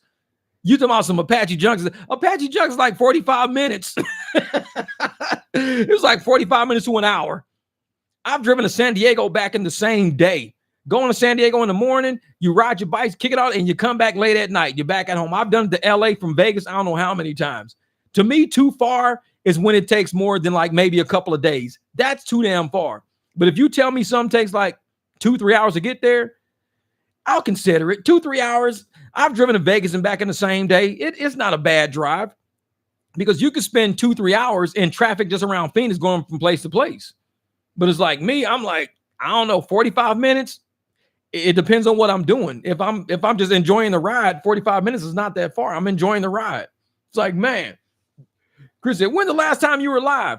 Bro, this is my first time being live in 2025. Crazy. I have not been live all year. This is the first time I went live this year, bro. Crazy. No, I'm just kidding. No, I've been live a lot. It's like, you just ain't seen it. You ain't seen it. I've been live at least 2-3 times a month. sometimes 4 times a month. But yeah, I'm one of those people, like I say, man, I'll drive. Kelly, I'll tell you what, if you can make it, Kelly, if you can make it to, let's say, Scottsdale or Tempe, let's say Tempe, if you can make it to Tempe, you park in Tempe, then you can drive with me all the way out to Apache Junction, so you ain't got to drive. All you got to do is drive to Tempe. If you can make it to Tempe, I'll drive to Apache Junction and back. So that way you'll say, yeah, I ain't have to drive that far today. You only have to drive to Tempe. That was it. But wear a hat or bring a ponytail holder. Because when we drive in my Jeep and my top is off the Jeep, trust me, it gets windy as hell in there. And when I say windy, it's like you're in a tornado. That wind come around that day. Sometimes I'll leave the doors on just to have the windows up. Because when you got the windows and everything down, shit, that wind get like this. And don't let it be on a windy day. Man, that wind comes to that Jeep. It's like you riding a hurricane. Boy, that shit, I'll be having a good time though. Just meet at Tempe Marketplace. Perfect. You can park at Tempe Marketplace. We'll hit the 202. We'll head on out to Apache Junction. We'll cruise down, hit the 60, head out to Apache Junction. And Darius, you'll be with us. So we got to get a fourth person. So we got 3. We need 1 more person because we need every seat in the Jeep filled. Or we could do 3. You just got to sit in the center of the Jeep. In the back seat, you got to sit dead center because we be out there riding, boy. Especially if we get out there to Apache Junction, we eat tacos. Then we go 4-wheeling so we can go take the Jeep off road for about an hour, cruise through all the trails, go through all the the little rivers and shit like that. Go past the wild horses, a lot of wild horses out there. And then we could do that first, then eat tacos. Because if we eat tacos first, yeah, it's going to be crazy. Oh, yeah, a lot of Arizona people in here. A lot of Arizona people. John says, I'm full-time on YouTube now. I'm telling you, Sean, all these people, I'm full-time on YouTube now. You don't want to do that. Trust me, you don't want to do that. Keep your day job, goddammit. Keep your day job. It's like Canyon Lake. I haven't been to Canyon. Wait a minute. Canyon Lake. I've been to Roosevelt, Saguaro, Bartlett, Horseshoe. Where the hell's Canyon Lake at? Is Canyon Lake anywhere near any of where I just said? Because I know when I go down the Beeline and we go on the Power Road, we end up down at Lake Roosevelt and Saguaro. So I've been all through there. I've been up to Horseshoe and Bartlett. I've never been to, I've been to Lake Pleasant, but it was just to drop somebody off at the, because they live on a houseboat on Lake Pleasant. So I dropped them off at the houseboat, but I didn't really, and it was nighttime, a lot of burros around there. So I never really got a chance to hang out at Lake Pleasant, but I like to go up there though. Canyon Lake is above Mesa. I don't think I've ever been to Canyon Lake. I don't think I've ever been there, but I don't know. That's the thing about me. Wherever there's a trail, I take the Jeeps. And I built that Jeep just to do trail rides. Like a lot of people probably wonder what my Jeep, I'll show you guys what my Jeep looks like. Because if you've been on my channel for a while and you've seen me do the Jeep build, then you've seen what my Jeep looks like. Oh, let's see. There we go. Here we go. Hold up. Okay, so that's my Jeep right there. That's the big Jeep. Wait a minute, you can't hardly see it. That's the big Jeep. Let me see if I can find a better picture of all. This is when I was at a lake. I think that was Lake Saguaro right there. That's Lake Saguaro way out there. Man, I hate how that is. But yeah. Let me see, where is this? I don't know where I was with that one. I was way up at Table Mesa right there. I was clear up at Table Mesa, way out in the middle of the desert. And the sun was setting, so I had to get out of there. I was like, oh shit, the sun's setting. But a lot of times when I ride without the top off, that's what it looks like without the top off. So it looks like a big ass Tonka truck. But I built it up so I can do off-roading. So I take it off-road all the time. So, I mean, I got air ride on it. This crazy as shit. So it gets real bumpy sometimes. But I put a Cadillac Escalade air ride system on it. If you want to know how to put a Cadillac air ride system on your Jeep, I got a video on my channel of how to install air struts on a Jeep Wrangler, Cadillac Escalade air struts with an air compressor, everything on a Jeep Wrangler. I did it just because I said, you know what? It's kind of bumpy when I'm hitting bumps and dips. So what I do is I put an air ride system on the back of my Jeep. So you hit a button and the whole back of your Jeep starts pumping up air inside of the air struts, and it lifts your Jeep about 2 or 3 inches. That way, when people get in it, it's not bouncy like that. It's like you're riding on air. You're like, oh shit, this is cool. How in the hell your Jeep is so smooth back here? Cadillac Air Ride. And I knew how to install Cadillac Air Ride because I got a Cadillac Escalade and I've worked on that strut system before. So I said, if this is how easy the Air Ride system is, then I could put an Air Ride system on my Jeep. So I just took a Cadillac Escalade Air Ride system, ordered all the new parts for it, and just stuck it on my Jeep Wrangler. So now I got a Jeep Wrangler with a Cadillac Escalade Air Ride. So when people get in the back of it, it's just nice and smooth. Like, hey, what's up, Cheryl? What's up? So Kelly, see, Darius, he already knows that I roll a Jeep or whatever. So Kelly, what we'll do, we'll wait till the weather gets better because right now it's way too hot. It's too hot to have the top off. But when the weather gets better, we'll all meet up at Tempe Marketplace. I got a few friends that got Tundras, Tacomas. I'll call anybody who wants to go off-roading, and we'll have tacos, and then we'll take off. And you guys can make content. Make me, when I'm doing my off-roading, I think I've only done maybe 1, 2, or 3 videos of off-roading. I got cameras and shit like that somewhere in here. I can hook them up on the Jeep so I can off-road and record what I'm doing. But you guys can get content out of it. Be like, hey, we went off-road today. This is our content for the day. And what you're going to get is a bunch of people from the Jeep community watching all your videos. You're going to be like, holy shit, this video got like 200,000 views from who? A bunch of people that like off-road. Just tag it off-roading and whatever, Canyon Lake off-roading, off-road trail, Jeep Wrangler. Tons of people will watch those videos. I got videos from seeing the horses. Like if it says, I got a video that says Butcher Jones Wash. So if you look at my Butcher Jones Wash video, that's when I first bought the Jeep. And I was like, okay, I'm going to actually try to record a little bit. I ended up recording the horses. The Salt River wild horses were out that day. So I actually got the wild horses on video. It's crazy. It's crazy. So everybody, like I said, when we go out there, be ready to get some good content. What up, Paris? So be ready to get some good content. We'll be out there off-roading. This Ringo is in North Carolina. Who knows? Who knows? Who knows where all these people live? Who cares? The beginning of November. Oh, yeah. Oh, yeah. That's it. Seneca and Dante's in Michigan. Oh, yeah. That's right. He is Detroit, Michigan. That's right. I keep forgetting. Man, Seneca need to go interview Dante. That's what he need to go do. Say, I'm going to go personally interview Dante and drive down, interview him on video. That shit will go crazy. Like, I'm going to interview him through the jail cell. Like, shit, he be behind bars. Like, let me out. Send me some cash out. My cash out below. Answer in the comments below. It's like, Dante always saying that shit. Let me know in the comments below. The motherfucker don't even read that shit. I'm like, how you gonna tell your people to let you know in the comments and then you don't even, man, get out of here, get out of here. Dodash in Dallas. Kelly's like, I know where everybody's at. Kelly got a big ass map in her room with like little pins stuck in it. Dodash, ping, Derek, ping. She knows where everybody is. She knows where all the creators are.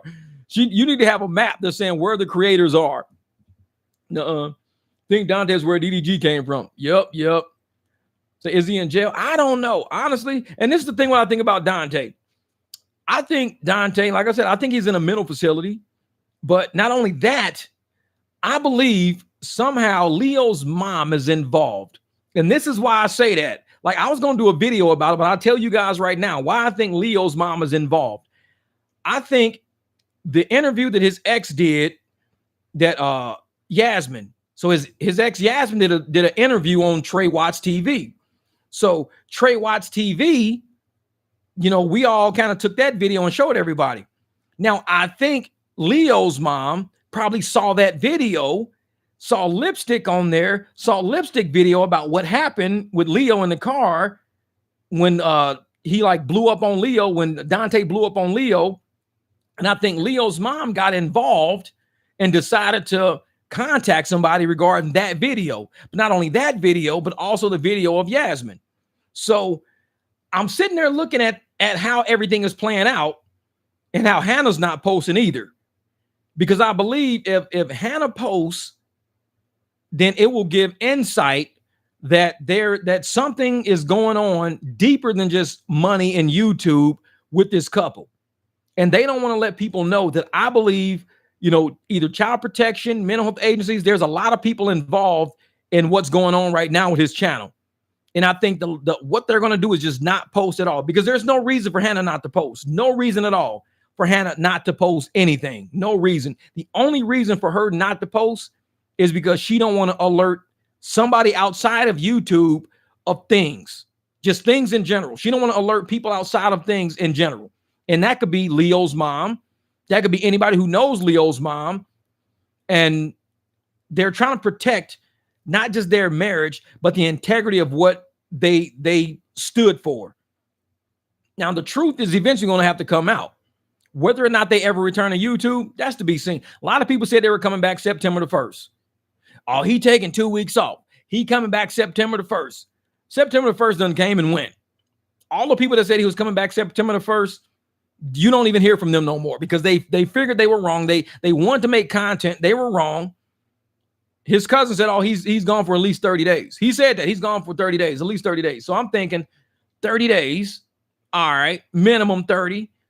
We already know what the content is about. So I started researching mental health. And that's when I started finding out about mental health holds. Now, the thing is, you got a 72-hour hold. That's 3 days.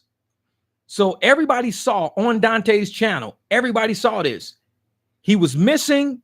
He didn't post. He didn't post. He didn't post. Then he created a playlist one day.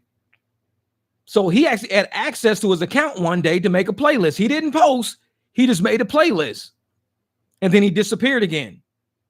So you got a 72-hour hold. After the 72-hour hold, you have a 30-day hold. So if his last day of posting was August 13th, by August the 16th, 17th, 18th, somewhere in that area is probably the beginning of the 30-day hold. So his next video may have to come out 16th, 17th, 18th.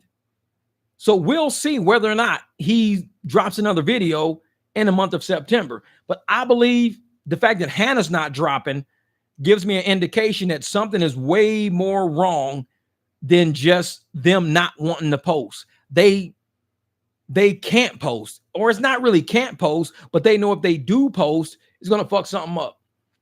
And if you look into child support can be based on YouTube income. It could be based on YouTube income. Now, Hannah's child support, Hannah's income won't be involved, because in the state of Michigan does not include a spouse's who's not affiliated with the child, doesn't include their income. So even though people say, well, if Hannah make money, they can base it on that. No, they can't. They only look at the biological parents' income in the state of Michigan. So only Dante and Leo's mom's, their money is looked at. They add their money together and they come up with an amount of what it should cost to take care of Leo through some weird calculation. Whoever makes more or less, the more has to end up paying child support to the other one. So Dante's going to have to pay child support to Leo's mom. No matter what, he's going to have to pay child support to her, because he can't willfully underemploy himself nor willfully unemploy himself to get around paying child support. Hannah's money has nothing to do with it. So it's stupid for Hannah not to even post content, not realizing even if this was a situation of child support, her money would never be looked at by the courts, because the state of Michigan does not look at your new spouse's income in the calculation of a child you have with somebody else. It just don't do that. State of Michigan already has laws against that. So the fact that she's not even posting content and they need money, this is the stupidest shit I've ever seen. Honestly, it is.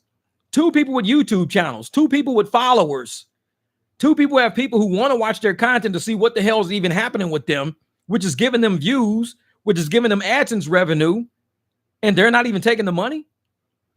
It's something more serious going on. Like I said from the get-go, something is way more serious going on than just us reviewing their content. Reviewing their content has nothing to do with this. Like I said, Dante was already talking about getting off YouTube 3 months before I even made that video. He was talking about 2 months before I even started reviewing him. He was talking about getting off of YouTube.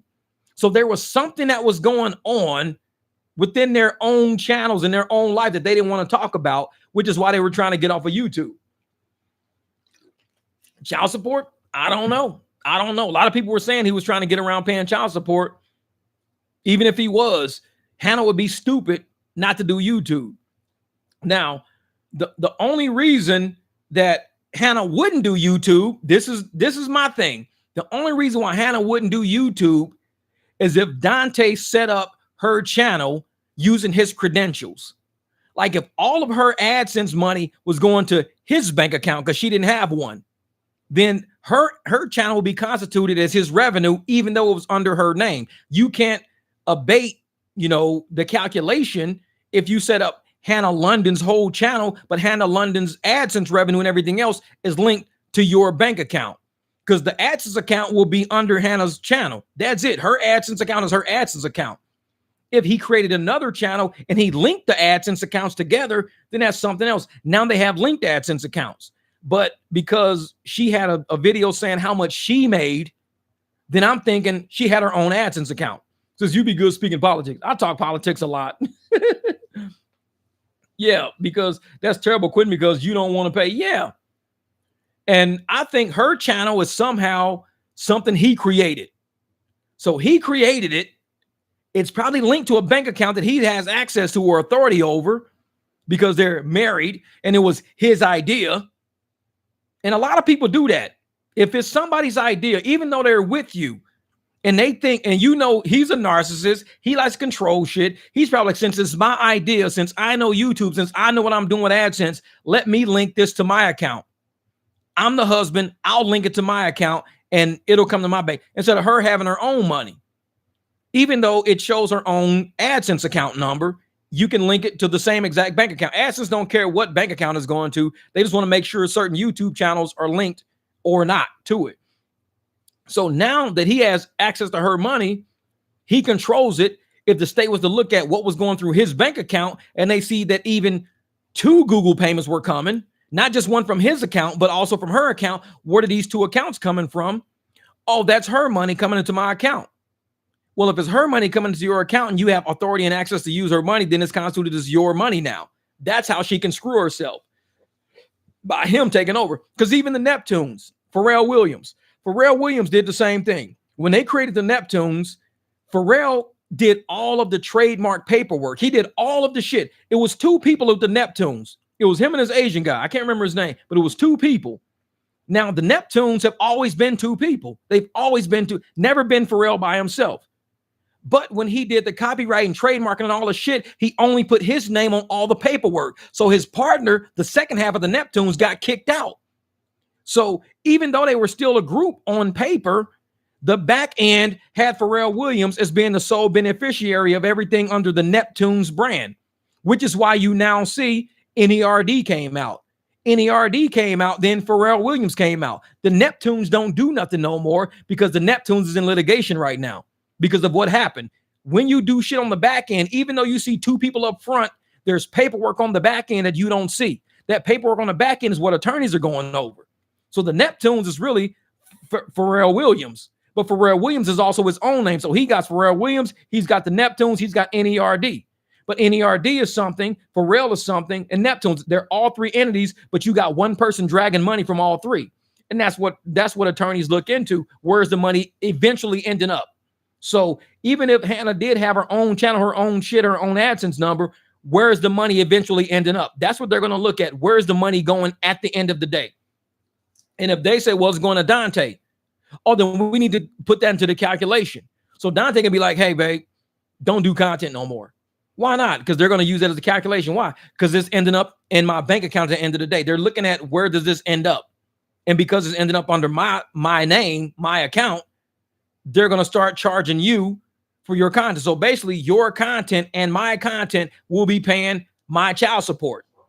So unless she can unwrap all of that and have a channel on her own, doing her own thing, have AdSense going to her own bank account, then her money can end up being linked into paying his child support. And she ain't got shit to do with it. She just met this dude on Facebook Marketplace. She just met his ass on Facebook. So you went from meeting the dude on Facebook to moving in with him to paying his child support because you got finessed by allowing him to link your content creation account to his bank account. It could happen. She probably got finessed and don't even realize she got finessed until when everybody said, this is how the ball drops. And she's like, so that's not my money?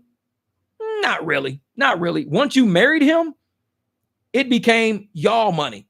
Once you gave him ownership over your account, your AdSense money, that's now his money we can put into the calculation now. So I don't know.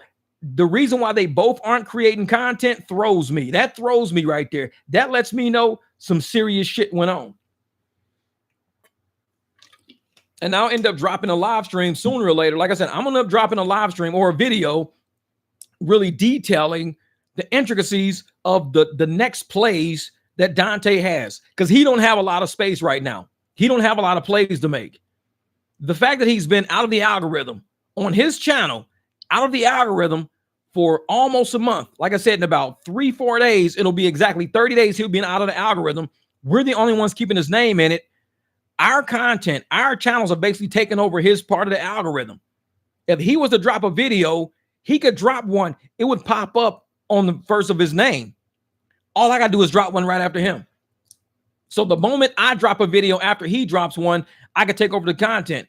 Chatty Patty, Trey Watch TV, if they drop a video, it's going to go right over mine, because everybody has overtaken his algorithm due to his lack of commenting. If somebody wants to take over the Mic Drop Barbecue's algorithm, all they got to do is post more shit about me. The more shit they post about me, they take over my algorithm. But this is the trick to that. You got to be willing to allow whoever looks at your videos to come to my channel and really see the content. That's the trick right there. Is why I tell people, I don't care. If you want to make videos about me, knock yourself out. You're just marketing for me. Because once they come to my channel and see what it's really about, they'll probably never go back to your channel again. They'll say, oh, we see who you are and we see who the barbecue is. Oh, shit. The barbecue is really cooking. Okay, cool. Thanks for letting me know. It's like telling somebody, where's the cheap gas at? Oh, it's right down the street. Appreciate it. Thanks. I'm the cheap gas. Man. So that's probably exactly what happened. That's what he gets for being so controlling. I'm telling Nicole, it's something tricky with both of those channels. And I really do not think in my heart of hearts that Dante is going to allow Hannah to have her own channel, her own AdSense, and her own bank account. That's just not Dante. He's a controller. He's a narcissist. If she's got an AdSense account under her account, he's got access to it. He's got the password. He can control it. And he says where the money goes. She probably don't have her own bank account. She don't have none of her own shit. Because as you can see, in all of his spews about him claiming he's got to claim bankruptcy and he screwed up bank accounts and he's done this and that and they got to go to the bank and go get more money. They never talk about more than one account. It's always his finances. Nobody in any video they've ever done talks about Hannah's finances. They don't talk about, hey, how much you got in your account? Well, we should probably put this in your bank. We can move it to my bank. They could do this and they could do that. Never. This is, you're the premium. Dante's the cheap gas. Dante's the 85. He's the 87. I know it. Oh, I heard that, JK. I heard it, brother. I heard it, man. We were talking about that earlier. Man. And that's the thing, is like, you never hear her talking about, you never hear them talking about her bank account or her finances. Every conversation they've always had online is about his finances. So I'm thinking all her money is somehow under his control. And I don't think her parents like that. I really don't think they like it. Because when she left, when they split and she went back home and left, I wonder what happened to their money. Like, did she change all her passwords to her YouTube shit and everything else? I mean, because he's in control of all her YouTube shit, because in his eyes, he started her YouTube channel. He started her. I started you. I built you. Your channel is really mine. That's because he's a narcissist. That's how people think like that. He said, Dante's the dollar menu. Sad, because dollar menus don't exist no more. He's the old dollar menu from back in the day and shit. Bro, that shit's funny. But that's what I'm saying, man. It's like, it's about right there. That's what I'm saying. If people like Dante, because just the way his content is, he gave himself away in all of his content. He don't like listening to authority. He don't like taking instructions from nobody. He is not somebody who's teachable, coachable, because he's never played a sport probably. He's not teachable, coachable. He's not willing to learn. He thinks he knows everything. He tries to finesse everybody all the time. I think he's talked himself into a hole right now. He's really talked himself into a hole. So I don't know. Is he coming back? Is Dante ever coming back? Man, I don't know what's wrong with this camera. I think that's it. No, that's not. Something's wrong with this camera right here. I don't think, man, if Dante does come back, if he really comes back, I don't know, man. I don't know. It's to the point where his content is not good. It's just not good content. What is he coming back to? He even said he don't like his content. Move this over here. It's something wrong with my camera, man. It's like it won't line up. Something's wrong with it, like it won't line up. That's closing up. I don't know. Flames out down. Yeah. And see, that's the thing. He can't actually come back to a channel that has something in it. His channel is dead. He knows it's dead. Everybody knows it's dead. The next video he makes, people are going to go to it because they want to see what happened. They're not going to it for any other reason. They want to see the train wreck. Hey, what happened? That's it. What happened? Once they find out what happens, all of the content creators who are doing reviews on it are going to grab the content and they're going to do a review on it. So that video he's going to make, because he's been gone for so long, is pigeon food. It's popcorn. It's like throwing popcorn out. All the pigeons are going to flock to the popcorn and start eating that shit. The next video he drops is popcorn. The moment he drops it, pigeons, every reviewer out there is going to come. Dante London's back. Listen to what I got to say about it. Dante London's back. Listen to what I got to say about it. All he's going to do is give every creator a chance to make more money than what he's going to make on it, because he's pigeonholed himself into being not really an intelligent content creator, not really a smart businessman, but just a draw. He's just a draw. He draws a crowd. Like I said, the train wreck. Everybody wants to see the train wreck. He became the train wreck of YouTube, who had a lot of money, fucked it off, had a good, following, tricked it off. He had all this stuff going his way, tricked it off, and went right back to the same content he used to do before he went viral. That's not good. Like I said, it's circle jerk shit. You went all the way back around and ended up right where you are. Shark mode is going forward, past what you were working on, doing something completely different. He's not doing that. He's doing complete shit that he always did that got him right back to where he was, and now he don't know what to do. He even said 2-3 months ago, I don't know what to do with my channel. I have no idea. All y'all like to see is me struggle. Y'all don't like to see me doing good shit. Y'all like to see me struggle. I don't know what to do with this channel. He screwed himself, because now his channel is just a draw. It's just an attraction. And when I see people all the time, when they come tell me, oh, well, you just using Dante for content. I'm like, so what's your fucking problem? Your point? I can use anybody. I could do a video today on Charlie Kirk. He got shot. I could do a video. People say, oh, man, you're using a dead man for content. Why are you talking about Charlie Kirk? You're using a dead man for content. You ain't never talked about Charlie Kirk before, Jeff. You ain't never talked about him. You're using a dead man for content. Everybody's talking about Charlie Kirk right now. That's what YouTube channels do. They talk about things that they think people want to hear about. That's what they do. Oh, you talking about a dead man. Now, if I'm talking about a dead man and I'm using his name in vain, that's one thing. But if I'm just talking about a situation, it's giving people enlightenment on a situation. If we talk about XYZ of the situation, then that's what people do. Content creators do that. When I talk about Dante, I'm talking about a situation. I'm bringing a lot of people up to speed who don't even know who this dude is. They've never seen a Dante. So I say, let me dig back, make content to get you up. Read chapter 1, 2, 3, 4, 5. All right, now we're on chapter 10. This is what it is. And so now you know who Dante is. And now you understand why he's in the situation he's in right now. But to take Dante, if today you just learned about Dante going through a mental breakdown, you'll say, well, why? I never heard of the guy. Oh, well, Jeff made a documentary starting at the beginning. You can see all the dumb shit he was saying, all the dumb shit he was doing, all the enablers. And now you get to this point and they go, oh, now I see why. Now I see why. So Dante can erase all of his content if he wants to, but he can't erase the content on my channel. My content stands for what it is. My shit's not linked to his at all. So anybody want to know what happened to that dude, Dante? Oh, go look at Jeff's channel. It's like, he'll tell you. He fucking sat up there and said Dante's mom told him to stop uploading to get a real damn job. Exactly. It says, I enjoy watching this channel because of the grown man point of view. I'm telling you, Sean, man, it's just real. It's what it is, brother. It's real. A lot of successful family channels. Exactly. And most family channels are, they show the reality of life. They don't only show poverty, pity, trying to get people to feel sorry for him, make people care for him. If you don't care about somebody, cool. Most people walk their dogs. And people who look at a family member walking the dog, they'll dye their dog's hair green. And that video will go viral. We dyed the dog hair green today. This is so funny looking. So they'll dye the dog hair green and take the dog to everybody's house. And everybody's like, oh my God, you dyed the dog. That video goes nuts because they dyed their dog's hair and just want to show all the neighbors and the friends and the people at the store. And they go, oh shit, it's the St. Patrick's Day dog. You dyed the dog green. Family channels.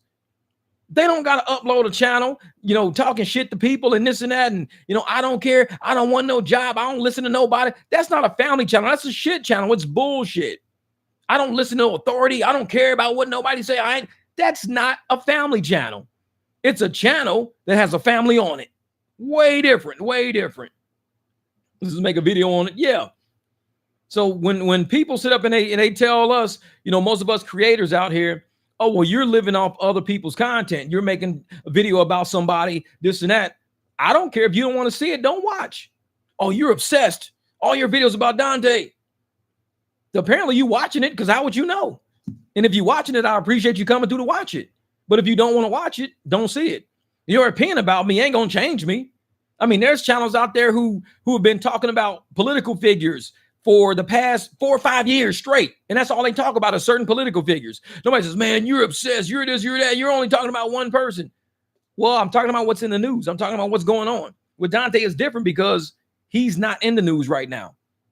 All his good content or the content that makes him who he is was old. So I looked at all the old shit and brought it forwards. Now, none of his people were even looking at it. Content, they weren't even watching. Content with 500 views, 1,000 views. And he's got 75,000 views, subs on his channel. He can blame his subs for not watching his content, just like he always does. He blames the subs for not watching his content. Not my problem. So I just show people who this guy is and why I think this guy's not going to make it nowhere. And that's my opinion. People don't like it. Shit, making a video about me. I don't care. What I'm supposed to do, be mad? And most of these people, these content creators out there who think people like me are supposed to be upset that you made a video about me, you don't really know me. I would never be upset about you making a video of me. People make videos. One dude, his cousin, whoever, making videos all day. I think barbecue was gay. I think barbecue was gay. He gay. He loved my cousin. He want to be with my cousin. He gay. I'm not mad about it because it's not true. Why would I be upset about something that's not true? I just laugh at the shit. I keep it moving. If it was true, I'd be like, man, don't tell nobody I'm gay. I'm trying to keep it a secret, bro. Shit ain't fucking true. Who cares? The truth hurts.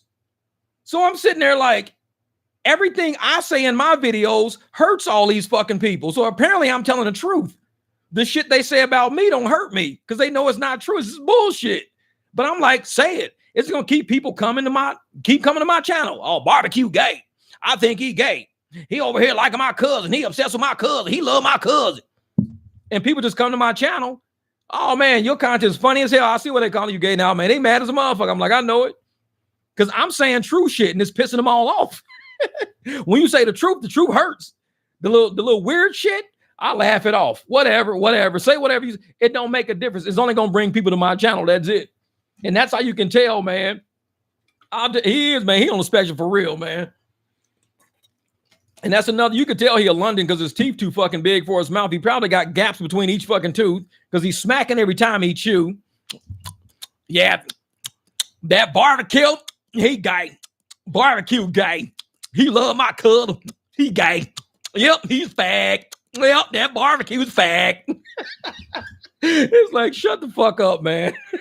And if I see him, yep, I'm gonna smack him on the ass because I think I'm gay too. See, I might be gay, come to think of it. Like, yeah, you weird motherfucker. It's like shit.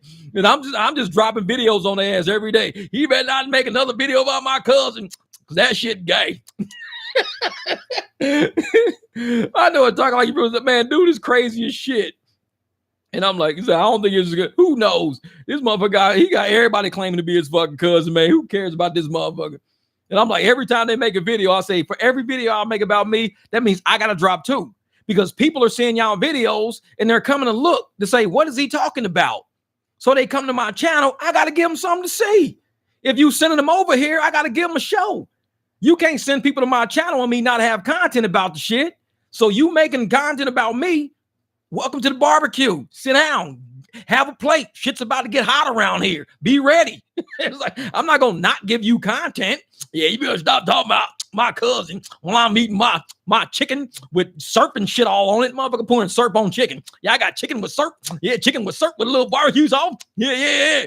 Motherfucker, your teeth too big for your mouth. This motherfucker got big ass teeth with gaps in between each one, like a motherfucker clapping with their fingers open. They're like this. Yeah, that's my cousin. Motherfucker teeth look just like this. Yeah, my cousin. Yeah. Like, quit smacking, you idiot. Go get some fucking manners. Yeah, I'm making a video about you. Yep, you gay. Yep, oh yeah, hell yeah. People in the restaurant like, we gonna kick that motherfucker out. They in a restaurant like, hey, we gonna kick that weird motherfucker over there clapping with his fingers spread. Yep, you barbecue gay. That motherfucker's gay. Yep, watch another gay video. I'm telling you, Dior, that motherfucker's stupid. I'll fucking cook his ass. I'll grill his ass. I'm like, dude, if this the best you can do to make a video about me, I gotta cook you, bro. I gotta get you hyped up so you can make better videos. Your shit's whack. Yeah, you gotta make some good videos. I don't care about the shit you talking, bro. I don't really care. I'll make you mad if that's what you looking for. Yeah, you keep talking about my cousin. Yep, you gonna find out. You gonna find out. Just like this biscuit I'm about to bite. I'm gonna bite this biscuit with my big ass wooden teeth. You gonna find out like this biscuit. Like, all right, motherfucker. I know it's probably people sitting at the cash register looking at it like, why is this dude in here every day making videos talking about barbecue gay? Barbecue so gay, barbecue gay. Like, what the fuck is barbecue? The motherfucker hot dogs gay. You talking about gay food? Barbecue gay. Waffles is gay. Sundays and shakes is gay. Motherfucker French fries is gay. Barbecue gay. It was like, at least say the dude's name. Goddamn, say Jeff. Motherfucker, that barbecue gay. I'm gonna make a fucking shirt that says barbecue gay. That's it. Just BBQ GAY. Barbecue gay. Barbecue gay. I know Deontay yelling, I like candy. Motherfucker be at work. They be like, the fuck wrong with you, bro? You got Tourette syndrome? Like, I like candy. Barbecue gay. Barbecue gay. Like, bro, something wrong with you, man. Stop making videos about my cousin. Go bite that biscuit, you big teeth motherfucker. That's the only motherfucker. He bite into a sandwich. That shit leave rolls in the sandwich. Like, wait a minute, man. You got missing teeth or some shit? How the hell you bite a sandwich and leave a roll? Like he planting corn and shit. That motherfucker got a gap between each fucking tooth. It's like you missed a whole sandwich. Biting sandwich gay. Biting sandwich gay. I'm gonna say that shit. YouTube is gay. YouTube is everything gay. That motherfucker got Tourette syndrome. Everything is gay. I'm surprised YouTube let him lead them videos up because that shit barbecue gay. He be putting rainbows and shit next to it. Barbecue gay. I'm like, bro, it's weird as a motherfucker, man. He's weird. But I let people talk that shit, man. If they said anything that was truly true, then I could see somebody getting upset. Like if I said something, like let's say Dante really is in a mental facility. And I said, man, Dante's in a mental facility, man. I think this motherfucker's going nuts. And it's really true. And they get pissed off. Then that tells you right there, hey, if y'all don't like, stop telling people business, man. Well, he's the one who said he was gone for like at least 30 days. That means something went down. I mean, we can see how the content added up. We know how his mannerisms are. I mean, we just put two and two together. We can come up with our own opinion. We can speculate anything we want. Yeah. This is Chosen London, cool peoples, but he failed a few grades too. And I'm going to tell you something funny about Chosen London. He changed his name. If y'all can realize, he changed his name from Chosen London because he knows that London on his name, that shit ain't worth nothing. He know that shit. He changed it to London something reactions or whatever. He know that's the thing. A lot of people out here are changing their names away from that because Dante shitted on the name. He shitted on it. Anything that's got the London name on it. I'm telling y'all right now, if it's got the London name on a username, they're going to automatically affiliate it with that shit. So people are running away from it because they already know already. And I didn't make that shit up. All the content is on this channel. All we doing is showing it to people and hey, this is the kind of content they got on this channel. This is it. And people are like, dude, that dude's out of his fucking mind. Like, told you. And they know their channels can't go nowhere with that. nobody's gonna ever take the channel serious. They're gonna look at that shit and be like, wait a minute, you done take cousin? Yeah. Oh man, I gotta unsub this shit, man. You motherfuckers dumpster diving, man. I dumpster diving this motherfucker. What up, Trey Watch TV, my man? Stop talking about my cousin. Hey, he be talking about you too. Trey Watch. When I see you, Trey Watch, I'm gonna chase you. I'm gonna chase you, Trey Watch. Wait till I see you. I'm gonna chase you. He said that shit in one of his videos. I'm gonna chase you, you fat ass. I'm gonna chase you in that gay barbecue. I'm gonna chase gay barbecue and I'm gonna chase you. I'm like, this dude's weird as a motherfucker, eating, smacking. Yeah, man, I'm gonna eat my waffles and chicken. I'm gonna chase you. You fucking weird ass. Bro, that dude fucking shit be cracking me up. I'm like, man, he is idiotic. And then you can see the people on this channel. Yeah, man, you stupid. You like 60 years old talking shit about him. I said, motherfucker, I'm 65. Oh, damn, you 65? Yeah, I'm 65. Oh, well, you way too old. That's how dumb them motherfuckers is. Do I really look 65 to you? That's how stupid they are. I'm like, motherfucker, 60? I'm 65. That's even worse. You so stupid to be a 65-year-old man talking shit. You a dumb motherfucker, man. 65. My grandma's 65. Yo, dumb ass 65. I'm like, these motherfuckers is real slow. I can tell them, I can point to my 17-year-old son and be like, yeah, my son is 90. Your son 90 years old, still in high school. He dumb as a motherfucker. You 65 and your son 90. Yo, you old and he's stupid. He should have graduated by now. Like, that's how low IQ these motherfuckers is. I'll be just saying random shit in his comments. And they be believing that shit. I'm 60. Oh, you 65, you way too old for that shit. You way too old for that. You stupid motherfucker 65, senior citizen motherfucker 65. I'll be fucking trolling the shit out their ass over there. Yeah, so you know their IQ is slow. Exactly. Man, he did a live for hours and just say one word. Man, I believe it. I believe it. Did a live for hours and ain't say shit. And this is the thing. When you got people like that, that's trying to be content creators, you got to realize they're not ever going anywhere. They'll never gain traction through the YouTube algorithm, because if anybody looks at that shit, first thing gonna do is come to see who they're talking about. Me. He added my name. He at Trey Watch TV. He at Lipstick. He at Craig Cash TV3. He's at FT Reactions. He's adding all of us. So I'm like, dude, let him keep making these videos. So I go in there to talk shit to him. So he makes another one. Barbecue gay. I go in there. If I'm so fucking gay, how you saying I have a wife, bro? You got to get your story right, bro. Get your shit right. You still gay. And he'll make another one right after that. And so I'm like, he keeps adding our names and it keeps pushing us up in the algorithm. So I keep trolling his ass. Yeah. And I'm like, yeah, wait till Trey catch you. I'm like, Trey gonna hit you in the head with a microphone, motherfucker. I'm gonna chase Trey Watch. I'm gonna chase him. When I see him, I'm gonna chase him. I'm gonna love chasing him. He don't even know. He don't even know. And then he said, what is he said? Yeah, Trey Watch, I probably won't catch you, but I can catch that old fat ass barbecue. He said that shit. I probably won't catch you, but I can catch that fat ass barbecue. Bro, I was dying laughing. I was like, dude, this dude is a fucking idiot, man. Yeah. So did he delete him because I don't see any new videos? I don't know, man. I don't know. So he's making me, I'm so dead. Hey, Greg, you don't even get it, man. This dude, man, he's fucking wild. He's wild. He be talking all shit about us. And I go troll him to see how many more videos he make. Because if he just keep adding our names, it keeps us in the algorithm. It keeps trending us over and over again. So our videos keep popping up on the homepage. I'm like, hey, motherfucker, this is gay. Jay Watts on the microphone. You so gay. I knew you was gay. Quit talking about my cousin. I'm gonna make a shirt that says quit talking about my cousin. That's all he say, man. Quit talking about my cousin. And he always showing some old nasty ass fucking food. Look like it's in a prison tray. That motherfucker always got, like, it's one thing to have a plate of food.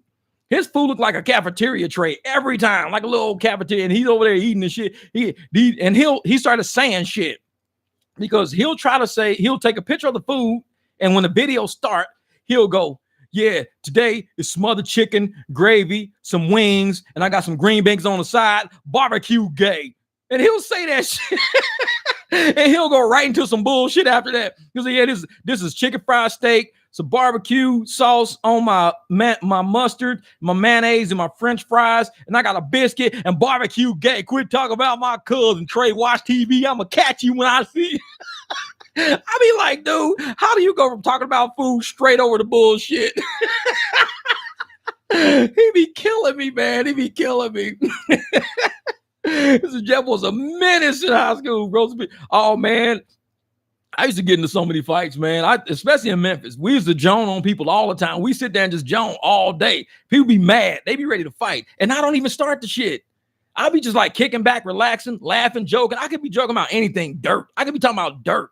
And somebody come over there talking some sideways shit, and that's when the Joan is like, oh, motherfucker, look at your ragged ass motherfucker pants. One pants leg longer than the other one, half an ass motherfucker. What your mama do? Take some pants, sew that motherfucking pocket on. That ain't even a real pocket you got, motherfucker. What the fuck kind of pocket is that? And they get mad. They be mad as shit. They be wanting to fight. I'm like, I ain't even the one to start the shit. You started talking shit about me. It's like, man, leave him alone, Jeff. I'm like, no, man, he started it. He started it. Now I always be the one getting suspended. You suspended for starting to fight. Bro, everybody told you. We was at the cafeteria table chilling. He came up talking shit about us. We just started joning on his ass. And now we in trouble. Like, whatever, motherfucker, whatever. Yeah, that's funny because I don't know if he deleted all them videos. C202 Wing, I don't even know. I haven't seen his channel pop up in none of the homepage and nothing like that. So it could be, man. It could be.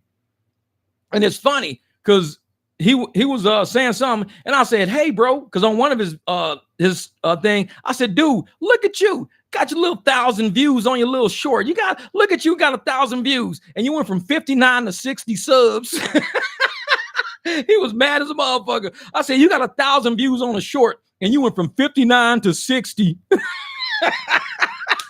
I said, I told you your channel full of shit. I said, dude, make some real content or something around here. You ain't doing shit with this channel, man. He got mad at me. I be fucking with him all the time. I said, hey, man, the more you talk shit about us and the more I piss you off, the more you're going to keep tagging my channel. And you keep tagging my channel, people going to come to the barbecue and they're going to see what it's really like. We're going to really get the grilling over here. We're going to have some good time. We're going to laugh, have fun and shit. And sometimes we have fun at your expense. It's cool because motherfuckers have fun at my expense.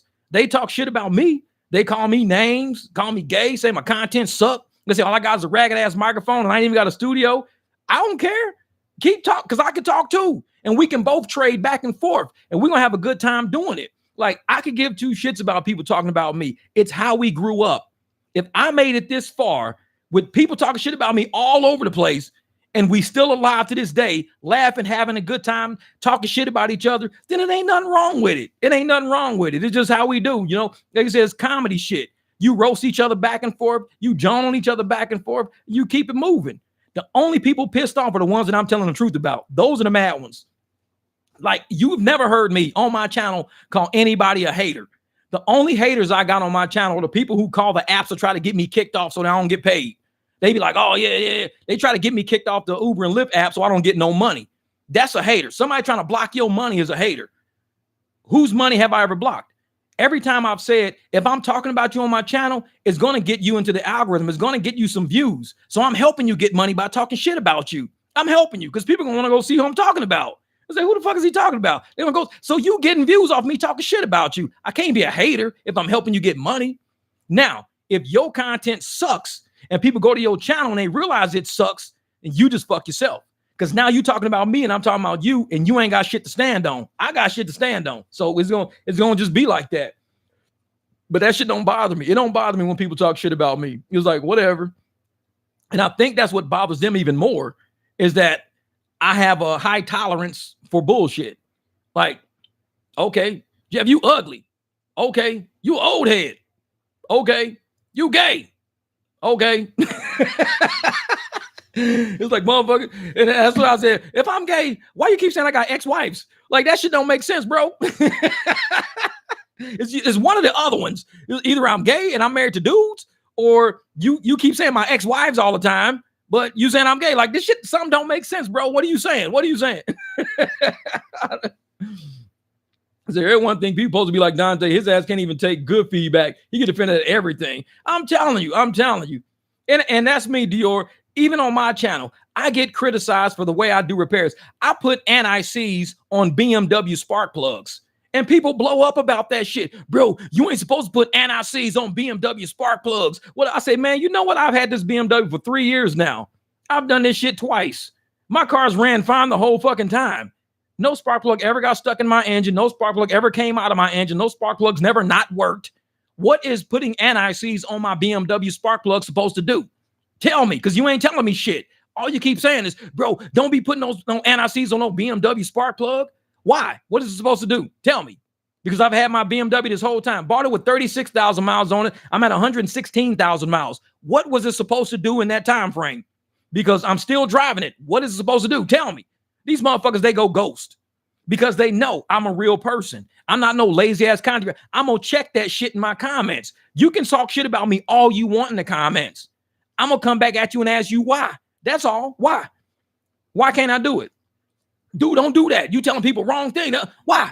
Because I bought this motherfucker with 36,000 miles. I'm at 116. That's 80,000 miles of driving.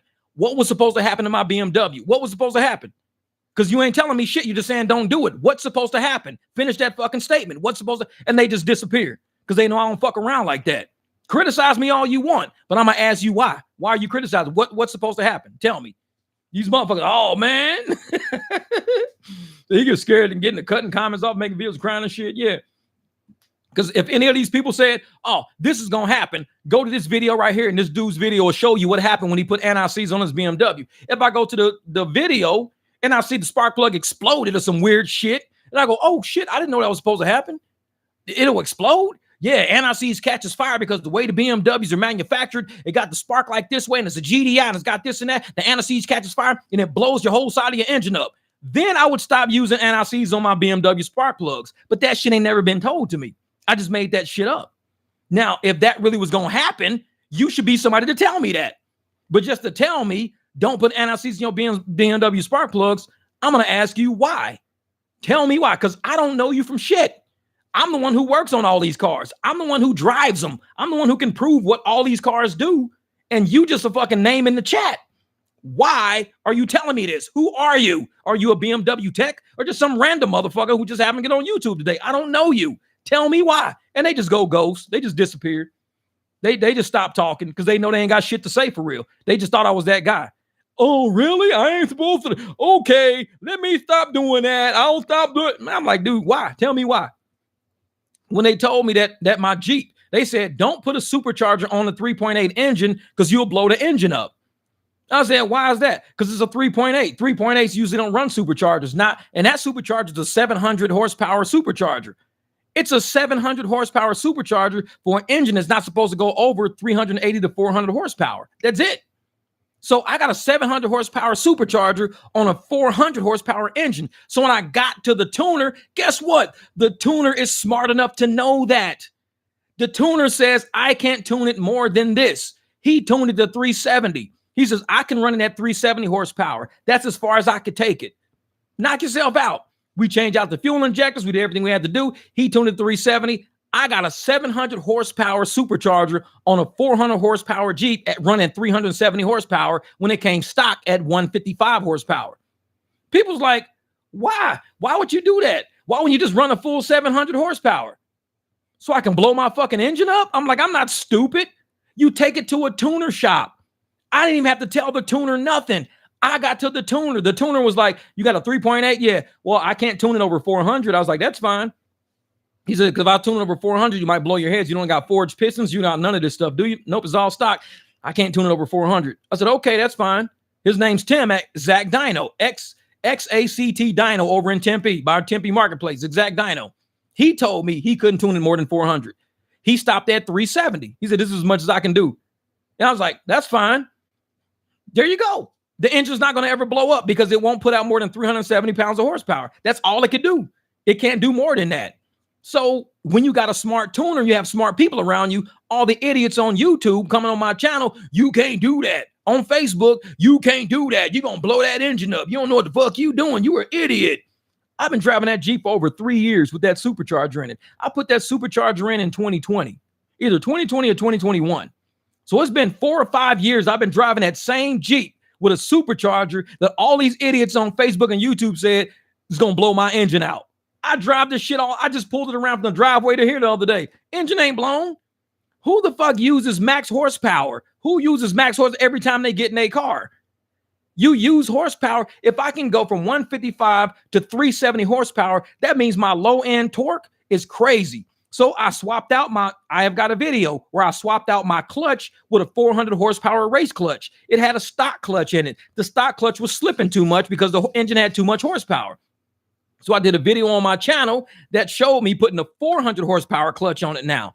Now I put it in first gear in the desert. That thing climb hills when I just take my foot off the throttle, off the clutch. I take it off the clutch. This shit goes straight up the hill. No spinning, no burning the clutch, no nothing.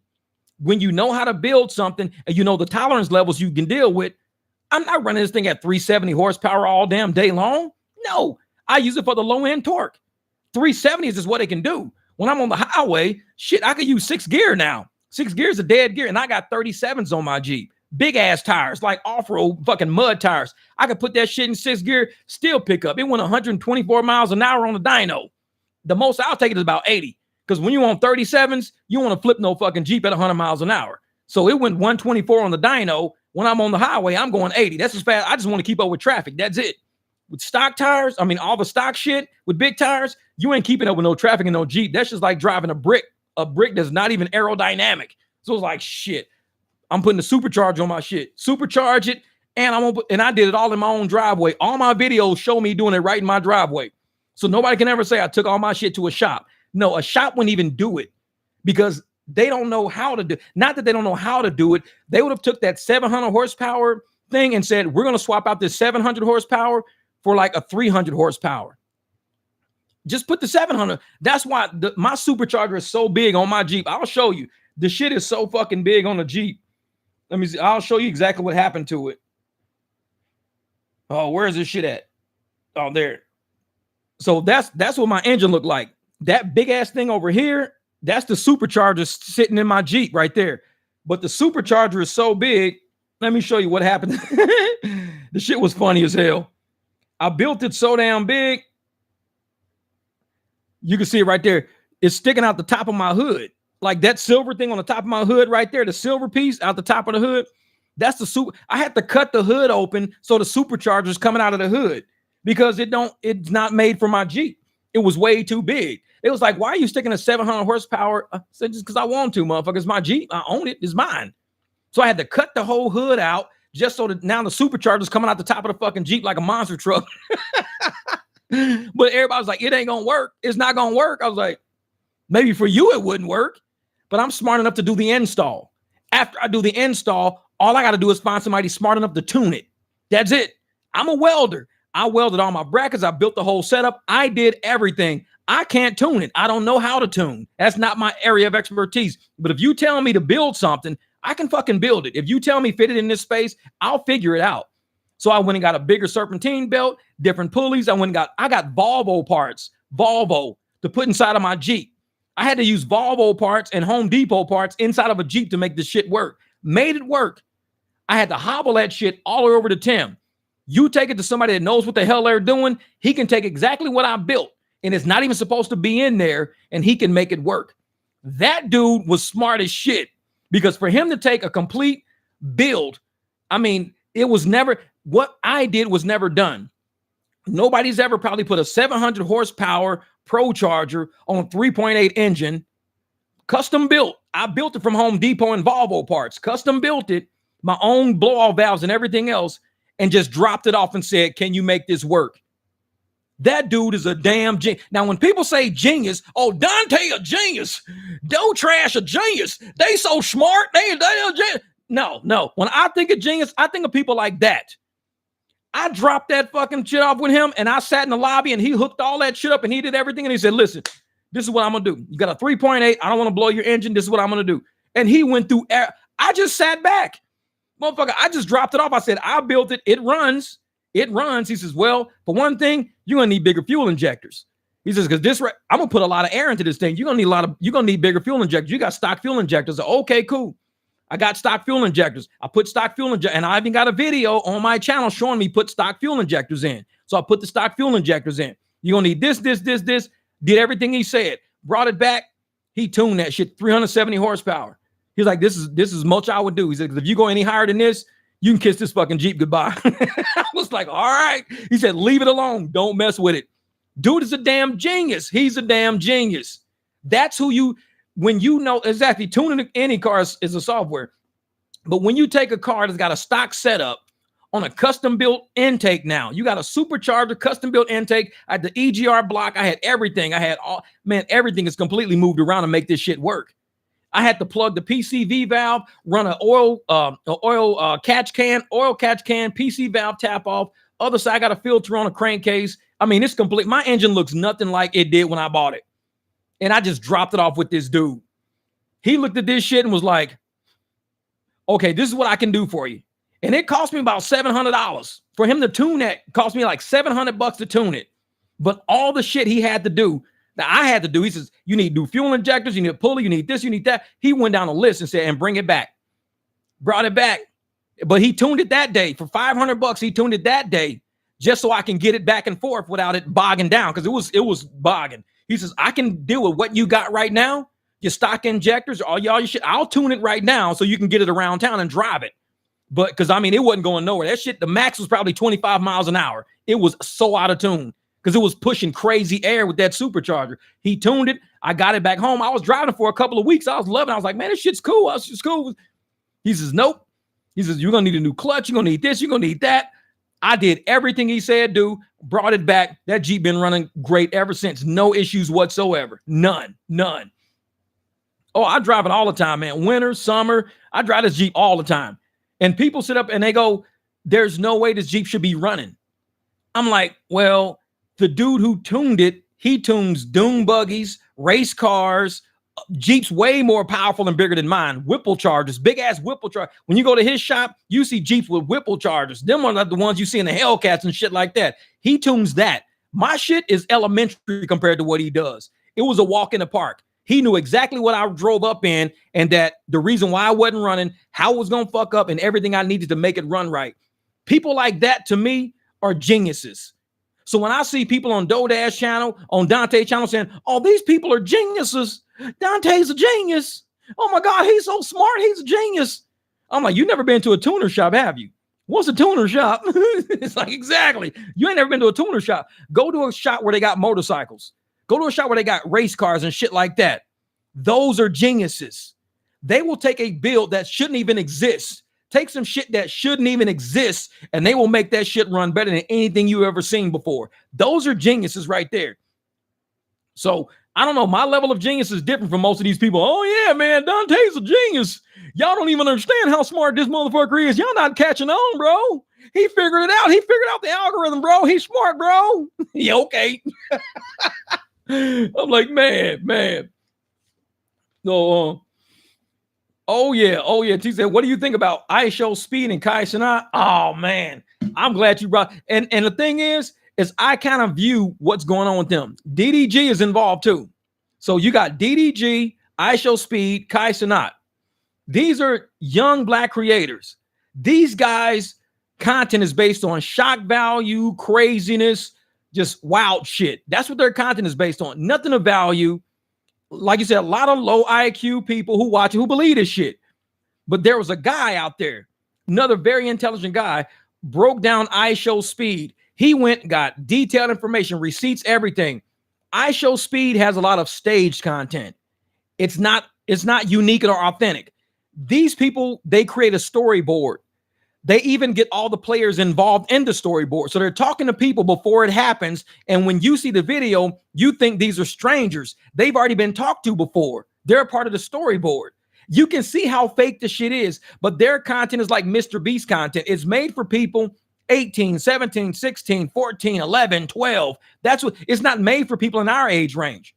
Our age range look at this shit and be like, man, this is fake as shit. So their content is made for their demographic, which is the very low IQ, not that highly intelligent person.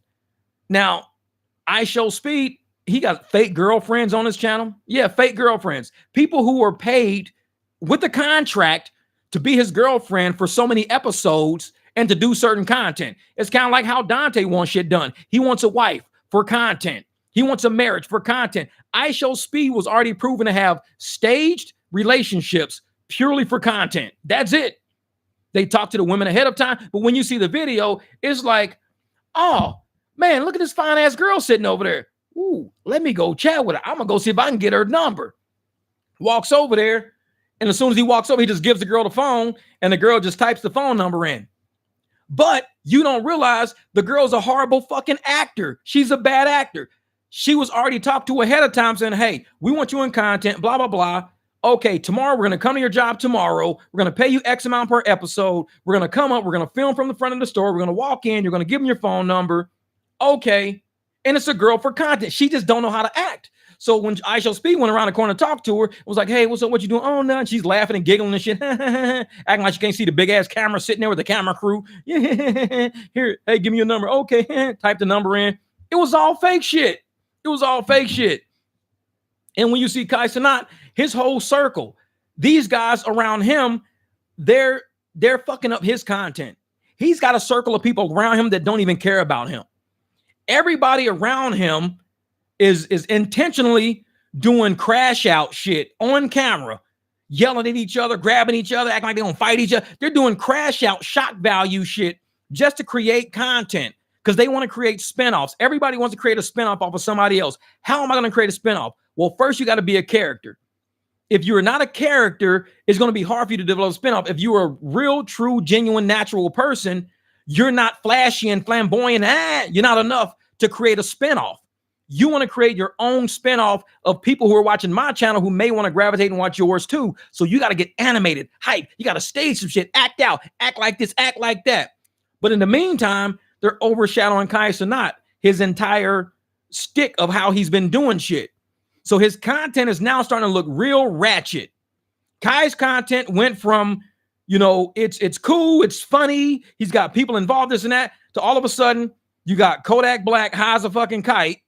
You got people all around you doing popping pills and shit on live streams. It's real ratchet. His content is getting real hood, man. It's getting too ghetto and ratchet. He's got sponsors from AT&T. He's got sponsors from like Nike and all these places. And his sponsors are looking at his content going, bro, you're losing it. You're not appealing to our corporate people. You're appealing to young thugs and YNs and little ratchets and shit like that. These are not the crowds that we're trying to attract. We're trying to attract the young kids who want to, become creators, the young kids, the white kids and the young black kids, but more or less the white kids that have money that want to spend shit. Kai Cenat was the fun black guy that white kids liked. So you're losing the young white kids that people want to, and you're getting the young ratchets and the YNs now. You're taking your whole content down a different path, and we're your sponsors. We don't like these people. We don't like these young thug wannabes and these YNs. We don't like that. So you got to fix your content. But all his friends, they don't care about the young white kids because they don't see the business aspect. All they want is notoriety. They want to do the crash out shit. They want to act like I'm the young thug. I'm this, I'm that. I'm blah. That's what they want to be like. So DDG, he was with the Streamer University shit too.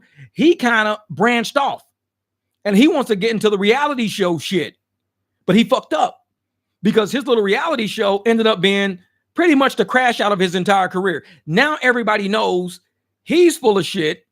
The people around him are full of shit, kind of like Kai Cenat. Like all of these streamers are being exposed for being full of shit right now. And it's their own problem. It's their own problem because they should have actual true content advisors going, listen, I know these are your homeboys, these are your people, and you're trying to do something with them, but it's kind of like a rap group. Sometimes they only take one person out of the rap group because you know what? We can't take all four because they not really the product we looking for. Kind of like Nelly and the St. Lunatics. Nelly was who they were looking for. The St. Lunatics wasn't quite who they was looking for. Great group. St. Lunatics did their thing. Murphy Lee and all that. Like I said, Murphy Lee is one of my cousin's cousins. So Murphy Lee is my second cousin. My cousin Mike is my first cousin. My cousin Mike and me, our moms are sisters. Now Mike's dad and Murphy Lee's mom are brothers and sisters. So Murphy Lee is only connected through me, through one of my cousins. So the St. Lunatics did their own fucking thing. They were doing their thing, but everybody wanted Nelly. They wanted that Nelly. They didn't, the St. Lunatics and Murphy Lee and all them, they were doing their thing. There was too much issues in management and with who was in the group and who was running the group. That's how content creation is. When you start getting involved in groups and people, but the sponsors and the viewers and everybody else are looking for a specific path. They're looking for something unique and specific in one other person. They're going to end up branching off. The Joe Budden podcast the same way. Melissa Ford and the Joe Budden podcast. Melissa Ford is not a good fit. They got, Philly, all these guys. Some people are not a good fit in that podcast because of what's happening. When you get a group, you start losing that appeal to the audience you're going for. And I think Kai Cenat, DDG, iShow Speed, they're losing themselves and trying to be something more than what sponsors were looking for. And they're all crashing out right now. I mean, you even look at the one kid, Jack Doherty. Jack Doherty crashed out last year. He's not on Kick, Twitch, YouTube. He ain't on shit. OnlyFans. I mean, his ass is completely, he's fucked because these kids are getting too far into their content without thinking of the reality outside of the content. They get buried so deep. It's kind of like dough trash. You get buried so deep in the content. Like Dante, you get buried so deep in the content, you don't pull yourself out and look at the reality of what's on the table and be like, you know what? This shit's going the wrong path. I don't think we can keep going this way. We can't keep doing pity, poverty content. We can't keep doing eviction content. We can't keep recycling the same dumb shit. And these big creators are doing that.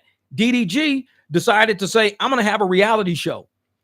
And in this reality show, I'm going to make 15, 20 girls come for me.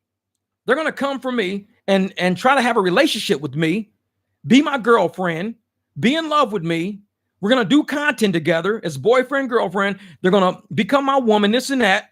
And that's how we're going to do it. That's how my show's going to be. Find love with DDG. Cool. DDG had a girlfriend the whole fucking time named India Love. So the whole time this fake ass show was going on, all these girls on the show did not know that he had a girlfriend, India Love, another content creator. She was the OnlyFans and content creator. So the whole time they were pawns for content. There was never going to be a real relationship. So they're arguing and fighting and competing for a guy. They have no chance. And these girls are genuine. They're all being genuine. They really think this dude is looking for a girlfriend to spend some time with, some life with and shit like that. The whole time they're being pawns in content. They're being played like idiots. All of them being played like idiots. Because this dude got a whole goddamn girlfriend who's a content creator. And she decides to get on the game show. Not as a contestant, but as a judge. How are you going to have the girl you're dating that none of these girls knew you were dating all of a sudden show up on the show and go, I'm his girlfriend and I'm going to judge which one of you girls are going to spend time with him? Wait a minute. You got a whole full-blown fucking girlfriend, bro? And now she's the judge saying who? So what is all this about? Why are we opening up our hearts to you? Why are we getting tattoos of DDG on our bodies and shit? Why are we making out with you? Why are we trying to hug up with you and shit like that when you got a whole goddamn girlfriend? A whole girlfriend. And she's talking shit about the contestants, calling them ratchet and dirty and ugly and this and that. This is your whole damn girlfriend. And you never told none of us about it when we signed up to do this. We thought you were a single guy running the show. So DDG is crashing out right now. He's pissed off at all his subscribers for calling him out. Just like what I just said, this is what his people are saying. And he's crashing out, telling everybody, I don't give a fuck what y'all think. I don't care what y'all think. No, you should care because your job as a content creator for the level he was at was all based on his followers. He only got that far because of followers. The dude has no content. He has no product. He has no service. He ain't got shit. He's just streaming. That's all he does is stream IRL in real life. All he does is stream. People follow his IRL. People follow his stream. There's no DDG shoes out there, no DDG shirts. There's no DDG telephone service. There's no DDG laptops. He has no product or services. He only sells streaming. When he streams, people watch his shit. That's it. That's all he is a streamer. Nobody important. So now he's got all of his people thinking, you know what? He don't even give a fuck about it. Kind of like Dante. He don't give a fuck about us. He just told us he don't give a fuck about us. He said he don't care what we think about his content. He don't care this and that. He's going to do what he want to do. He don't care. And he's losing subscribers like crazy right now. Sponsors, subscribers, everything is crashing down. He's seeing his whole empire fail on a bullshit game show that he tried to play people just for content. Using women for content. Got them dressing in scamply outfits, kind of like how Dante did Hannah. Got her walking around in a lime green ass bikini and shit for content one day. DDG doing the same thing. Got these girls walking around looking like hoes and shit. Got them saying nasty shit, weird shit. talking about what they gonna do to him. You know, this and I'm gonna have you down my throat, and I'm gonna saying weird shit. The whole time this dude got a whole full-blown girlfriend, and he's playing games with these girls. And now each girl that was on that game show, all the shit they said, all the things they done is recorded for history. If you meet one of these girls one day in a club, you're like, hey, what's up, girl? What's up? Yeah. Who you? Oh, my name's Natalie. All right, cool, Natalie. What's up? And somebody say, do you know who Natalie is? She's on DDG show. DDG show. You was like, don't be telling people that. Oh, you was on DDG show. I got the clip right here, bro. This is what she said. And now you probably in the club like, oh, well, Natalie, it was really nice to meet you. Really nice to meet you. I'm gonna pass on that one. No, I ain't know it was like that. What you mean? It was like it was just for a show. No, it wasn't just for a show. You really said that shit and you really meant that shit. You a nasty motherfucker. No, I'm cool. I can't take you to the family reunion with that. Like, I'm gonna walk up to the family reunion with that shit. Everybody in the family reunion gonna be looking at your ass like, hey, man, you know what that girl said on DGG show? She nasty as a motherfucker, dog. She nasty. You brought that shit to the family reunion. You gonna show grandma that? She nasty as a motherfucker. So he just ruined all of these girls' lives because they really thought they had a chance with this guy, with a streamer. They really thought they did. The whole time he made them all look stupid as shit. And all of his followers are like, dude, why you do them girls like that? That was wrong, bro. That was wrong. You shouldn't have did. You tricked them all for content, for your own personal gain. You tricked all these girls for your own personal gain to get your money in your pocket. And now all their lives in real life is ruined. Dudes is looking at them like they some hoes, like they all nasty, like they stupid. The one girl that got the DDG tattoo, she'll probably never get a boyfriend. Her boyfriend will be a loser. It'll probably be somebody fresh out of prison. Don't give a fuck that she got DDG because he ain't gonna get nobody better than that. But anybody who's a man of value ain't finna fucking bring no girl home with a big ass DDG tattoo. Them about some, you the love of my life. You just, I can't believe that. All this shit. And all of a sudden, I gotta take you home. Now you stuck with me now? Like you can't cover up DDG with fucking BBQ. Motherfucker, no, you're not. I'll just do a cover tattoo. No, you won't. I'm not fucking with you. No. If you had BBQ from the get-go, that's one thing. But you had DDG, you just covering that shit up with BBQ. No, fuck that.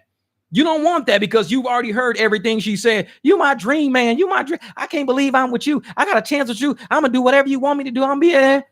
2 weeks later, I'm with BBQ. I'm going to do everything you want me to do. No, fuck that. Nope. Next.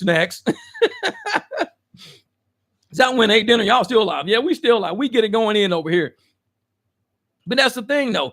It's like you can't sit up there and have people like that on a live stream that everybody can see, the whole public can see, and you completely humiliate them and not think your subscribers and your followers are not going to say something about it. He set himself up for ridicule, and now he's calling everybody haters for what he did. Nobody's a hater, bro.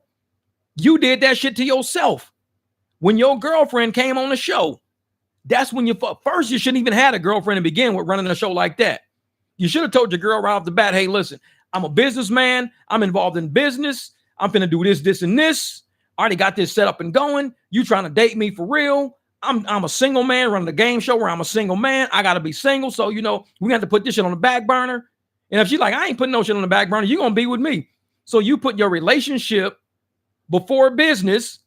You like India Love, OnlyFans, who's already been with like 8 different dudes already from OnlyFans. She's already been with like 8 dudes in like the past few years. So you put some OnlyFans ass girl before you put business, OnlyFans before business, and now your business is tanking and you stuck with the OnlyFans girl. See, this is what I mean. These dudes is young. They stupid as a motherfucker. They stupid. I'm like, you should have told the OnlyFans girl, hey, I know you done been with 8 dudes in the past 2 years, so I can't really take you that damn serious. My business is serious. Now, in my business, I'm going to do X, Y, Z, this, and it. This is what I'm doing. You could be a contestant on my game show and potentially become my girlfriend, but I got to give these girls a true, legitimate chance if I'm really going to do this. Because if I bullshit these girls and it's found out that I'm bullshitting them, it could ruin my entire business, the integrity of what I'm standing for. He didn't care about none of that shit. He went straight to the mother. Nope. I'm going to run the game show as a man with the girlfriend, and I'm not telling y'all. I'm finna bullshit everybody out there. So that's what he did. And now he's dealing with it right now. DDG is dealing with it. So it's like, I don't feel sorry for these motherfuckers, man. They streamers, they all need business advisors. They don't think they're like a bunch of Dantes out there. I don't listen to nobody. I do my own thing. I don't listen to old heads. I don't take advice from nobody. I don't let nobody tell me what to do. And they businesses are all collapsing around them. All of them collapsing. And they wonder why. It's like, because The businesses that are investing in y'all are old heads like me, 50, 60, 70-year-old people. So when you got 40, 50, 60, 70-year-old people putting their money up on you, a little kid, and you telling people, oh, I don't listen to the old heads. Who do you think's paying for you? The old heads are paying for you. Young people ain't paying. Young people are following you. We're advertising to young people. These young people are not paying you. They're following you. Your followers are one thing. Your sponsors are something totally different. You should probably listen to your sponsors and listen to people who are sponsoring you and how they are to say, if you want to keep this lifestyle up with this amount of money, we need you not to be a ratchet. We need you not to lie to all the people who we're relying on to purchase our products and services. And once we attach them to you as a streamer, we attach our product and services to you. You are now a representative of our products and services. When your followers stop trusting you and stop believing in you, guess what? You fucking up the relationship between us, you, and the subs. So what we got to do is detach from you, and we're going to find another person that can probably get the same subs you got. And that's how YouTube works the same way. They just the same way. Yeah, they said Flavor Flav had a whole wife doing Flavor of Love. Exactly, and that's the thing. And when people do that, they drop off. You can't trick people. You can't trick people into creating content. You got to keep it 100. If you can't keep it 100 with people and you drop off, it's your own fault because you had a choice. And at that fork in the road, you got to make a choice. Everybody on my channel knows me. They all know I had a sponsor on my channel that was paying me really well. They were paying me almost more than what I make on YouTube. Seriously. And I was only doing maybe a video a week. I was speaking about them in every video here and there, but they were paying me almost more than what I make on YouTube. That's a lot of money. That's a lot. And it was one sponsor. That's it. So they were paying me that much money to be on my channel. But there came a point when I felt shit was starting to sound a little too misleading for me to repeat to people on my channel. That's all. And there ain't nothing wrong with that. We just had to split. We had to break. I would rather lose that subscriber. I mean, that sponsor. I would rather walk away from that sponsor than keep getting that money and telling people on my channel something that I just knew it didn't sound right, but I'm going to keep feeding that shit to you. And everybody on my channel saw the videos I dropped, the live streams I dropped, acknowledging that I am splitting from my sponsor. I said, I am splitting from my sponsor. They're going to exist. I'm going to exist. We just don't exist in the same path no more because I believe things are not being lined up as they were told to me in the initial. That's all I said. That was it. And I gave a few examples of how I felt things were not being laid out, how they were explained to me when I became somebody who they sponsored. Shit was just going a different path. You've got to learn that money sometimes ain't always good money. And it was a lot of money for me to lose. It was more than my mortgage. Let's say that. It was basically them sponsoring me was me having a free house every month. It was that much money. Basically paying more than what my mortgage is. They were giving me more than my mortgage. So they were basically, I had a free house and I could have run that shit for fucking 5-10 years. So imagine having a free house for 5 or 10 years. I'd rather work for my house. I'd rather go out and earn money for my house. I'd rather invest money in the fuel and the cars and the brakes and the fixing my car. I would rather work and bust my ass for my house than mislead people just to have a roof over my head, because I've never had to lie to people to keep a roof over my head. Never have I done that. So when I felt that things were getting a little too in weird waters, I said, you know what? This is what we're going to do. This is what we're going to do. We're going to have to agree to just disagree. You guys don't got to pay me nothing. It's totally fine. I can make money. I've always made money my whole life, but I don't need the sponsorship. I just don't need it. Because if I lost the respect of everybody who helped me build this channel all the way up to the point where they found me, and my channel was already built. They didn't build my channel. Ours was already built. And they said, we'll pay you if you talk about our service on your channel. That's fine. Let's sit down and talk about the service. We many meetings about the service, many meetings about it. But at some point, I said, this service doesn't sound like it's a good deal for the people that I represent. The people on my channel, it don't sound like too good of a deal. And I even told them why. And I showed them why. We just had to agree to disagree. I just didn't think it was a good service. They probably, to this day, they probably still exist. I don't know, because I don't really follow them like that. They probably still exist. They probably still doing exactly what they said they were going to do. I don't know. Who knows? But I know the people who I represent, who I deal with, they're doing good right now. A lot of people are doing good right now. They're making money.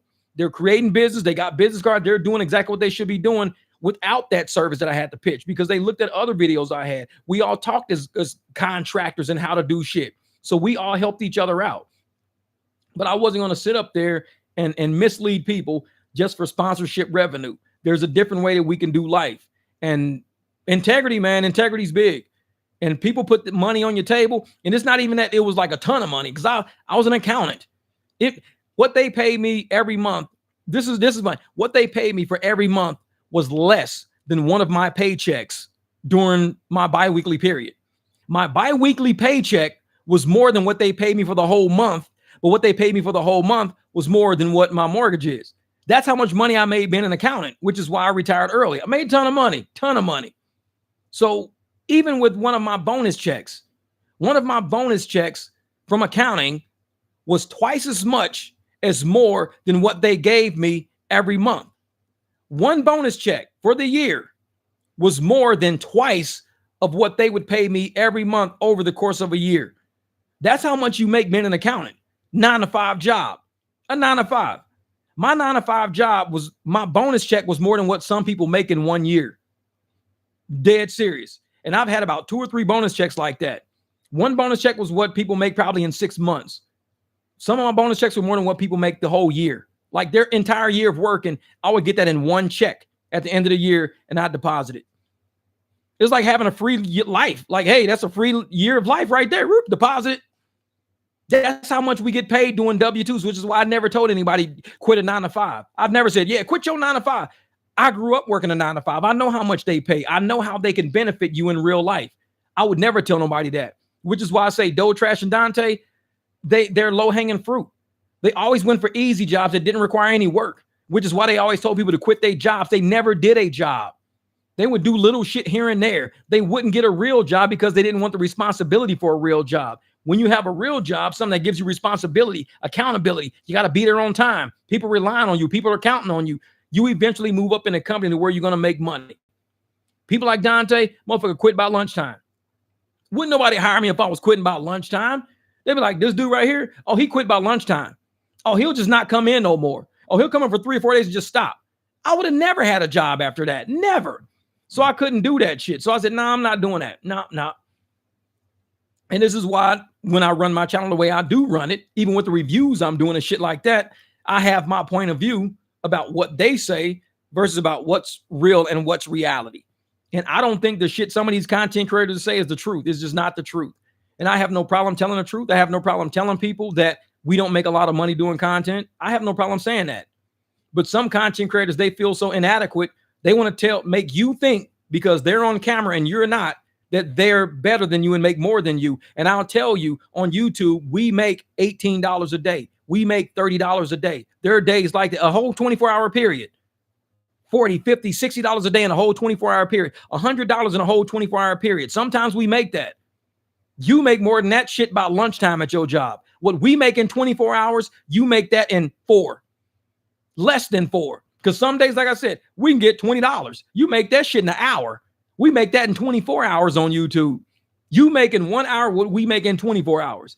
But content creators want you to believe that they're fucking high and mighty and they're better than that. No, when I open up my panel of my analytics and I show everybody everything, that is not a screenshot.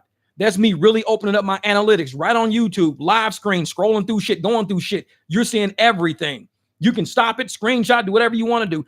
I don't hide shit. Because why would I sit and lie to people when the analytics are the truth sitting right there in front of you? But you got people who are airbrushed. They'll Photoshop their analytics. Look at how much I made. Quit your job. Look at how much I made. And it's airbrushed. It's Photoshopped.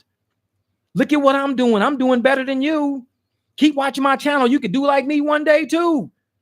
Next channel, they can't even afford fucking brakes. Next video, I can't afford no brakes. I don't know how I'm going to stop my car. My car ain't going to stop. I'm going to slide right through the motherfucking stoplight. I ain't got no brakes. But last video, you saying you made $10,000. What happened? You just made 10 G's. Lying. Motherfuckers be lying. I'm not that kind of content creator because I know that shit will all come out. And then when the truth comes out, the people that are telling the truth are called haters. Why you tell people we ain't making that much? Because we not. But still don't tell people that because then they not going to want to come to our channel. They going to think we broke. Motherfucker, you are broke. You just did a video about getting evicted. If you wasn't broke, you wouldn't be getting evicted. Stop trying to bullshit people. Just keep it 100. If you need, just like a lot of people say, go get a job. Go get a job.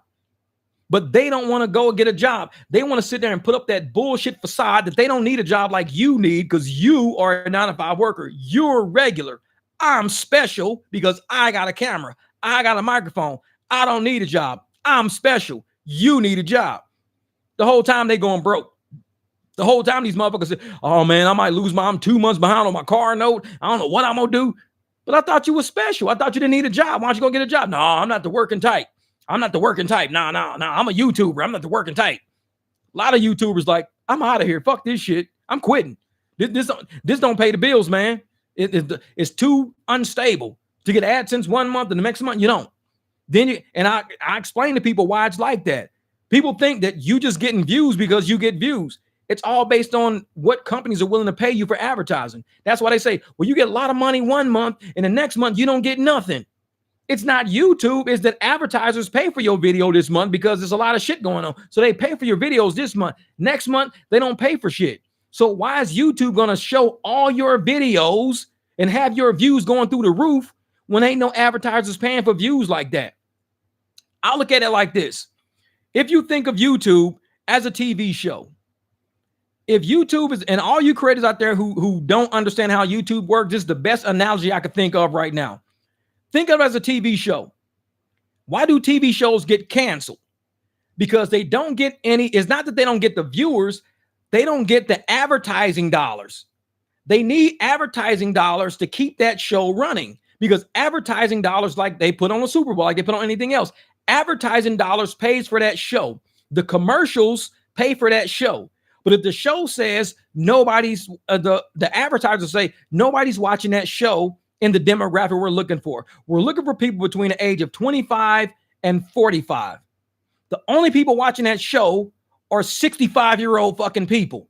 They're past the point of what we need. We need 25 to 45-year-olds. But the demographic that's watching your show is 65-year-olds. So as an advertiser who's advertising for 25 to 45-year-old people, I got to drop out. So therefore, you need to find somebody who's in the 65-year-old the advertising market to say, hey, I'm medical health. I'm retirement money. I'm Medicaid. Oh, you're Medicaid? Yeah, I'm Medicaid. I'm Medicare, Medicaid. Oh, cool. Then you can advertise on our channel because everybody who's 65 years old is watching our shit. Oh, cool. I'll do that then. So the people who were getting all that money for the 25-year-old, the 40-year-old market, those advertisers left that show and they went to another show. And they said, these people demographic over here, 25. Oh, who are those? Oh, it's the barbecue. Mike Job barbecues everybody 25 to 45. Oh, we'll advertise with them then. So they come to my channel and advertise.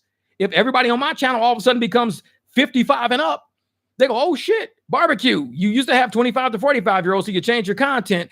We're going to pull it ad, and now you got to have people who's 55 to 65 advertise. So it's like, it's exact. TV shows and movies are controlled by advertising. YouTubers are in the same field. We are nothing more than a TV show with people using media to watch us. If we don't have the demographic, if you're looking for black people between the age of 18 and 30, and none of my demographic are 18 and 30, if my demographic starts at 35 to 45-year-old white people is all, then the advertiser who's advertising the 18-year-old to 30-year-old black people ain't going to advertise on my channel because there are no 18 and 35-year-old black people. So they're going to go find that channel. And they're going to say, well, I want to advertise with Dante.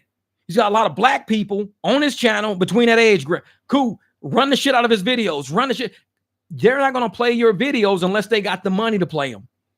Because why would they make your videos go viral if they're not getting paid for those views? YouTube needs to get paid for they're not going to just pay you arbitrarily because you feel like going viral. I feel this video is a 200,000 view video. It could be. You might only get 1,000 views because YouTube's not being paid for that. Now, if somebody says, hey, man, we're going to pay you for a 500,000 view ordeal. Who you got? We got Dante London.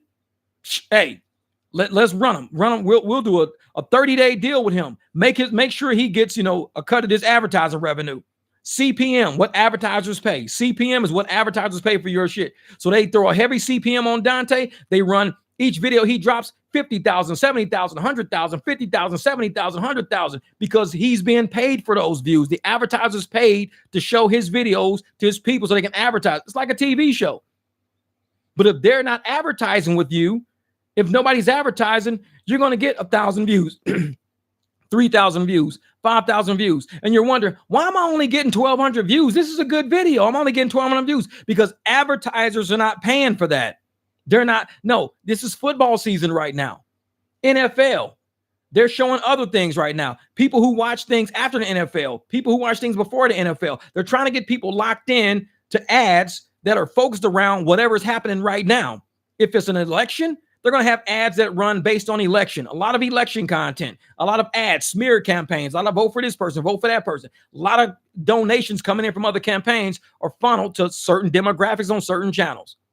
So when I tell you, you got people out there who are really thinking that their content is hot shit, it's probably not, because they're not getting ads. They're not hitting a certain target demographic. Right now, anybody who's running football content is being paid like crazy right now. People are selling football packages. They're selling betting. You want to bet? You can bet now with betkings.com and come bet. So everybody's running betkings.com commercials all over. Yeah, make sure you get on this and that, and you can bet your money. You can win with this. You can do this. Get in my Yahoo, fantasy group. Get in this fantasy group. Get in that fantasy group. All these people are running ads like crazy because they need people to be a part of that. So they're throwing money at people like Derek, because Derek's got a Detroit Lions channel. So he's going to have tons of ad revenue because people are advertising. They're not going to be on my channel saying, make sure you come and you bet today with betkings.com. They'll say, this is Mike Drop Barbecue talking shit about Dante. Nobody worried about betkings.com. So they're not going to advertise with me. They're going to go to where the people are who they want to advertise to. That's why YouTube is not stable. Unless you know who the advertisers are, who the campaigns are, and what they're going for, then you might have a chance in controlling how much money you can make, because you will be switching up your content all the time. Because if you got one static content, this is all you're working on, your revenue is going to be like whoop, whoop, whoop, whoop, the whole time. Because nobody looks at makeup 24/7. So the makeup people are going to stop advertising for makeup at some point. Nobody looks at football 24/7. So all the Bet Kings and the football people are going to stop. And that's why Derek's channel was flat. Outside of football season, it's kind of flat. So all of the people who don't understand how YouTube works, trust me, there is no gimmicks to it. Stop with the secret shit. Stop with the gimmicks. Learn the business. I'm an accountant. When you learn the back end of business, then you can start saying, I need my content to be this. I need to make sure that I attract these type of advertisers. It's not what type of followers and what type of subs you want to attract. What type of advertisers do you want to attract? When I do all my mechanic, guess what? AutoZone, O'Reilly's, CarQuest, Napa Auto Parts, car dealerships. All of those people love my car content because it's about cars. People are looking at how to fix their, brake booster or whatever this and that. Guess what? Bring your car in today. You get $2,500 automatic trade in, $0 down, low percent financing. That's the commercial they're going to see because they're on a car fucking thing because they got a broken ass car trying to fix a busted ass car. So a car, hey, you know what? Make sure you send all of our ads to everybody looking for car repairs. Come in today with low finance and fresh all these vehicles. Don't fix that bucket. Bring us that old fucking bucket. You're like, why am I trying to fix this bucket? Yeah, man, fuck this. Thanks for the video, Jeff, but I'm going to have this bucket towed in and trade this shit in tomorrow. That's who advertisers looking for. So when I do my car content, I know during tax time, I get a lot of views because everybody wants to come. Everybody who's looking for fixing cars are now getting my videos. Yeah, exactly. Replace my brake booster next New Year. Everybody who's looking to fix cars, who want to get out of cars that need repairs, are now getting car ads all the time. They're getting AutoZone ads. They're getting O'Reilly ads. Always do content based on who you think advertisers are going to aim for. A lot of my content is fun. It's fun content because whether or not I get paid for it, it's cool. But it's fun content. It keeps people laughing, keeps people happy. I don't worry about ads or advertisers. If I get ad revenue, cool. But I make sure I don't promote myself as one to want ads for. YouTube may show it to people, may not. It's fine. We're going to have fun with the shit no matter what. So I don't care if people say, well, keep doing more content, you get paid more. But I like to have fun too. You can't use YouTube as work because then it's going to burn you out. YouTube is not work. Work is when I leave my house and I'm in the streets and I'm wiping my trucks down, sweating like a motherfucker, wiping my trucks down, running the house, shower real quick, change clothes, drive across town, pick up my people, drive through, fight through traffic. That's work to me. That's real serious fucking work. When I'm outside, like I said, I got all my brake rotors in, I got all my brakes in. When I take my BMW apart in a couple of days, that's going to be work to me. Jacking that car up, taking all that shit apart, sweating to death, oily as shit. That's work to me. That's real work. If you want to make it in this life, you got to work for real. Sitting on the internet all day? No, go out and get a fucking job. Get up all your ass. Don't sit around. Oh man, I'm going to be a content creator. I ain't going to do shit but sit around and make content all day. Man, get your ass up and go to work. Stop playing games with people because you can't predict where the ad revenue is coming from. You can't predict when you're going to get ads. You don't know which video is going viral. You don't know when it's going to go viral. Like I showed y'all, I had a video, 50 views on it for the first 30 days. It shot up through the roof.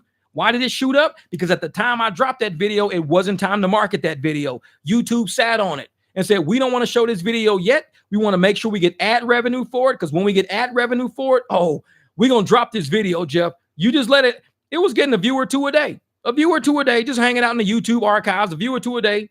As soon as somebody says, hey, man, we want to advertise. We got CarQuest, AutoZone, Napa, this and that. I got the perfect fucking video for you. This guy, Mike Drop Barbecue, he's got a video showing people how to do this, and people are always searching for it.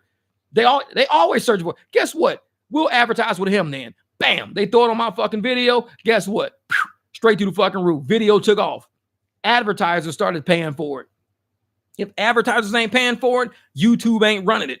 YouTube does not run videos for free all day, every damn day. They don't do that. If they're not getting paid for it as a business, your videos might fall flat. If you want to focus on who's advertising, find out the season, find out what your video's for.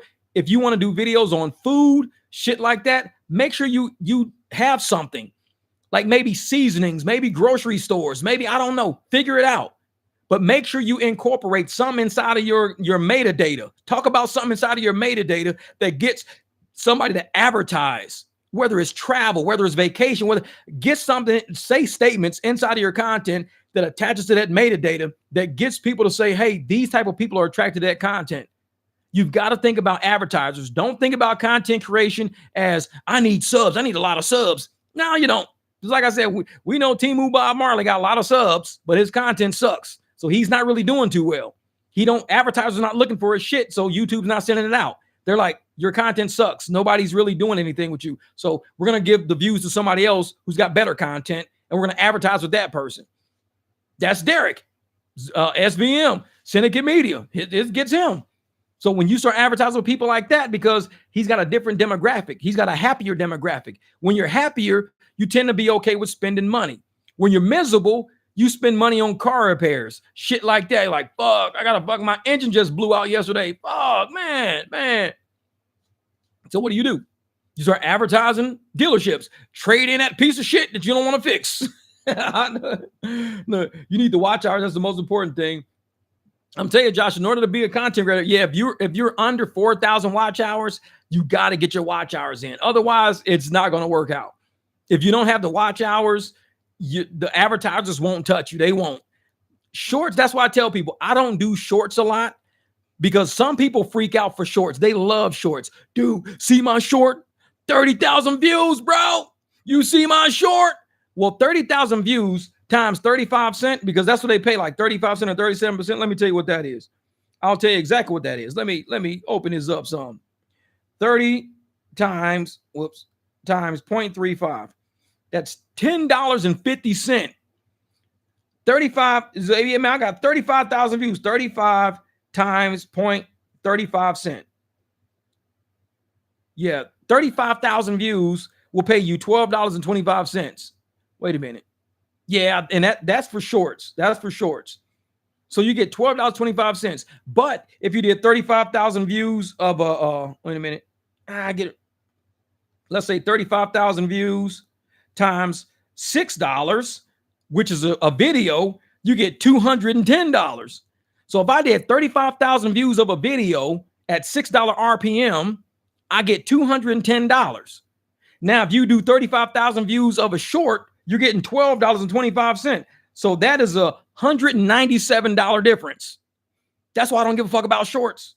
You can get 35,000 videos on a short and you make $197 less than somebody who got 35,000 on the exact same video. I don't do shorts. I don't. It's to me, it's just not worth it. It's cool if you want to, like, for bragging rights on how many views you got. Ooh, look at my short, man. Yeah, man, I got 40,000 views on that short, bro. Look at that short. That short going crazy, bro. Nah, I don't care. It's $12.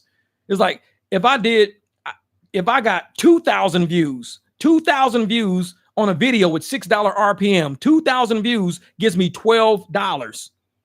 You get 35,000 views on a short to get what I get on 2,000 views on a video.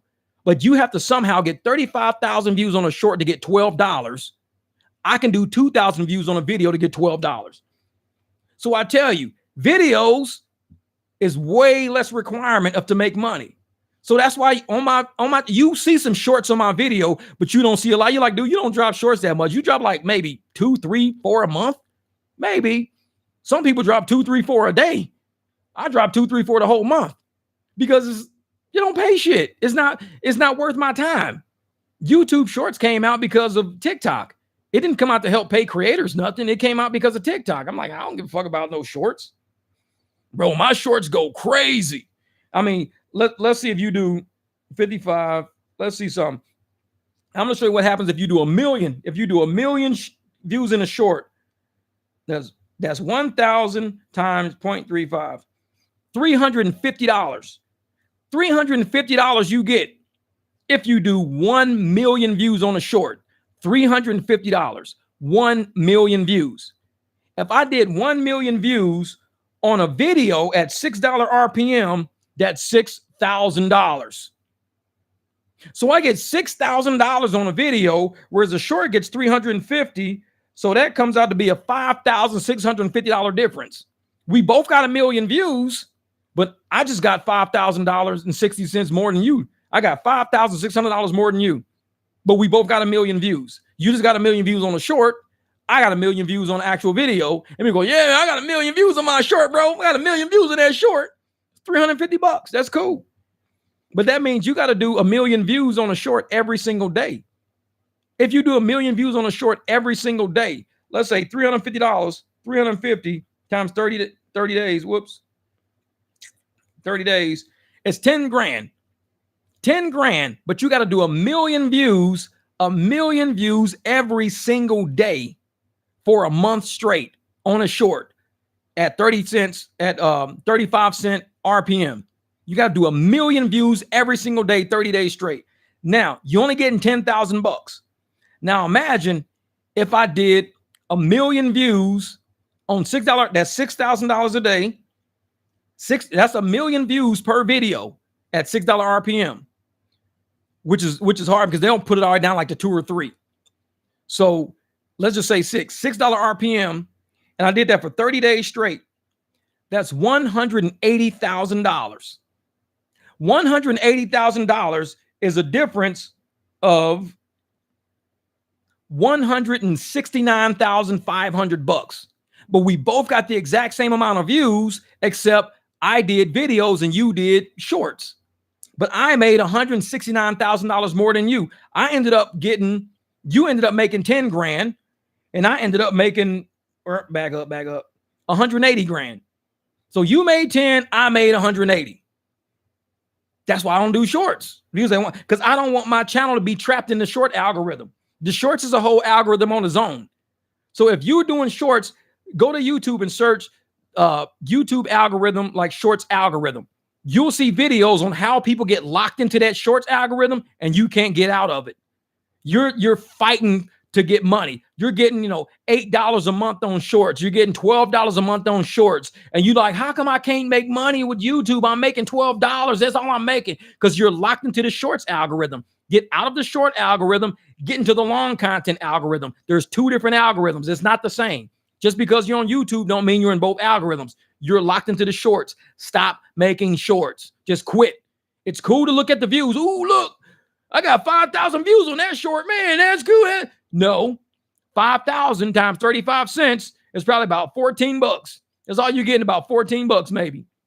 Probably not even that. How much are you getting? Let's see. If you get 5,000 views on a short, 5,000, and let's say you're getting 35 cents, $1.75. If you get 5,000 views on a short, 5,000, you're getting $1.75 for that at a 35-cent RPM. 5,000 views pays you less than $2. You like shit, and that's only if your RPM is 37 cents. Sometimes it could be 27 cents. It could be. I've seen RPM 27 cents on mine before. Let's see if this is 5,000 times 27 cents. It will be $1.35 for me. 5,000 views is $1.35 for me on a short. But 5,000 views times my RPM right now is like $10. It's $50. So $50 minus $1.35 is a $48 difference for the same exact amount of views on my channel. I can make either $50 or I can make $1.35. Do I do a long content or do I do a short? I don't do a short because I don't want the 5,000 views. I don't want to be trapped in the short algorithm. I want to make $1.35 for 5,000 views. I want 5,000 views on long algorithm. So I say I'm doing long content only, no short content. Don't trick yourself. Don't let these people make you think, shorts make them money. No, it don't work like that. It don't work like that. You need to do 1 million every day. 1 million views every day pays you $270 to $350 every single day. If you do 1 million views every single day on every short you drop, 1 million people have to click that short, 1 million every day for 30 days straight. So I'm like, nope, don't do it. Don't do it. You about to make a rewatch a 10-hour live? Oh no, we only in it for 3 hours. It's about time for me to go because it's 5:40 right now anyway. So, and the dog has been asleep the whole time. He has literally been sleeping next to me this entire time. We've been on the thing for 3 hours? 3 hours. And he's been sleeping. He swam a few times with me today. He's knocked out. I'm gonna have to wake his butt up. But yeah, Miss Nia, I'm gonna let you watch the replay because, like I said, it's about 3 hours deep into this. I appreciate you guys for rocking with me for this whole live stream. We did about 2 hours outside and 3 hours indoor. It's 5 hours worth of live stream today. This is crazy. But I had to do it outside early because somebody told me that I didn't have a studio, so I couldn't come into the studio and do it. I had to do it outside.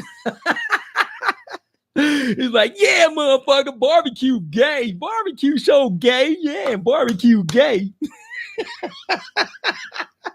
Like shit. But no, I appreciate you guys for rocking me on these live streams.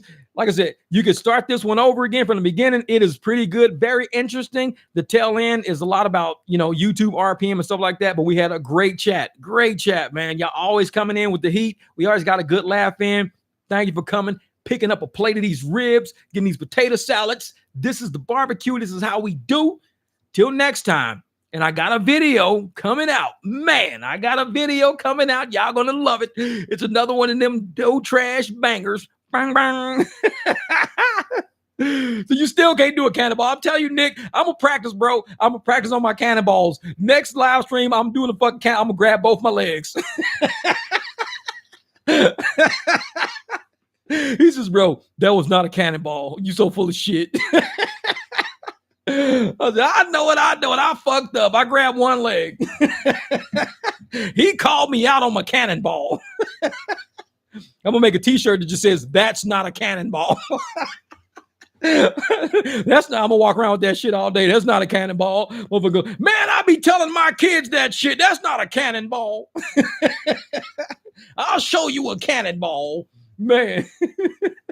Man. I know I like candy. Y'all mess with Deontay's dumb ass. I like candy. Barbecue gay. I like candy. Barbecue gay. Where they clapping his shit and eating them goddamn syrup on his fucking hot dogs. Weird ass. Man, but you guys, thank you guys for getting on the live stream, man. We're gonna be out next. I might do more live streams next month than I do actual videos, man. It's like, so I'm thinking about it. I might do more because I love chopping it up with y'all. This shit's fun as hell. So I might do more live stream than actual videos. We'll see. Give me a minute to think about it. Give me a minute. All right, Miss Nia, I will see you later. All right, Nicole Wimblish. All right, Nick Scott, my man, T-Bone Malone. Y'all be out there getting it in, man. It's time to do it. We about to go over there and mess with Deontay London. Quit talking about my cousin. Barbecue. I'm gonna chase you, Trey Watts. You punk motherfucker. I know it. Looks like ain't no fucking way. Chase me if you want to, motherfucker. Ain't no fucking way. That's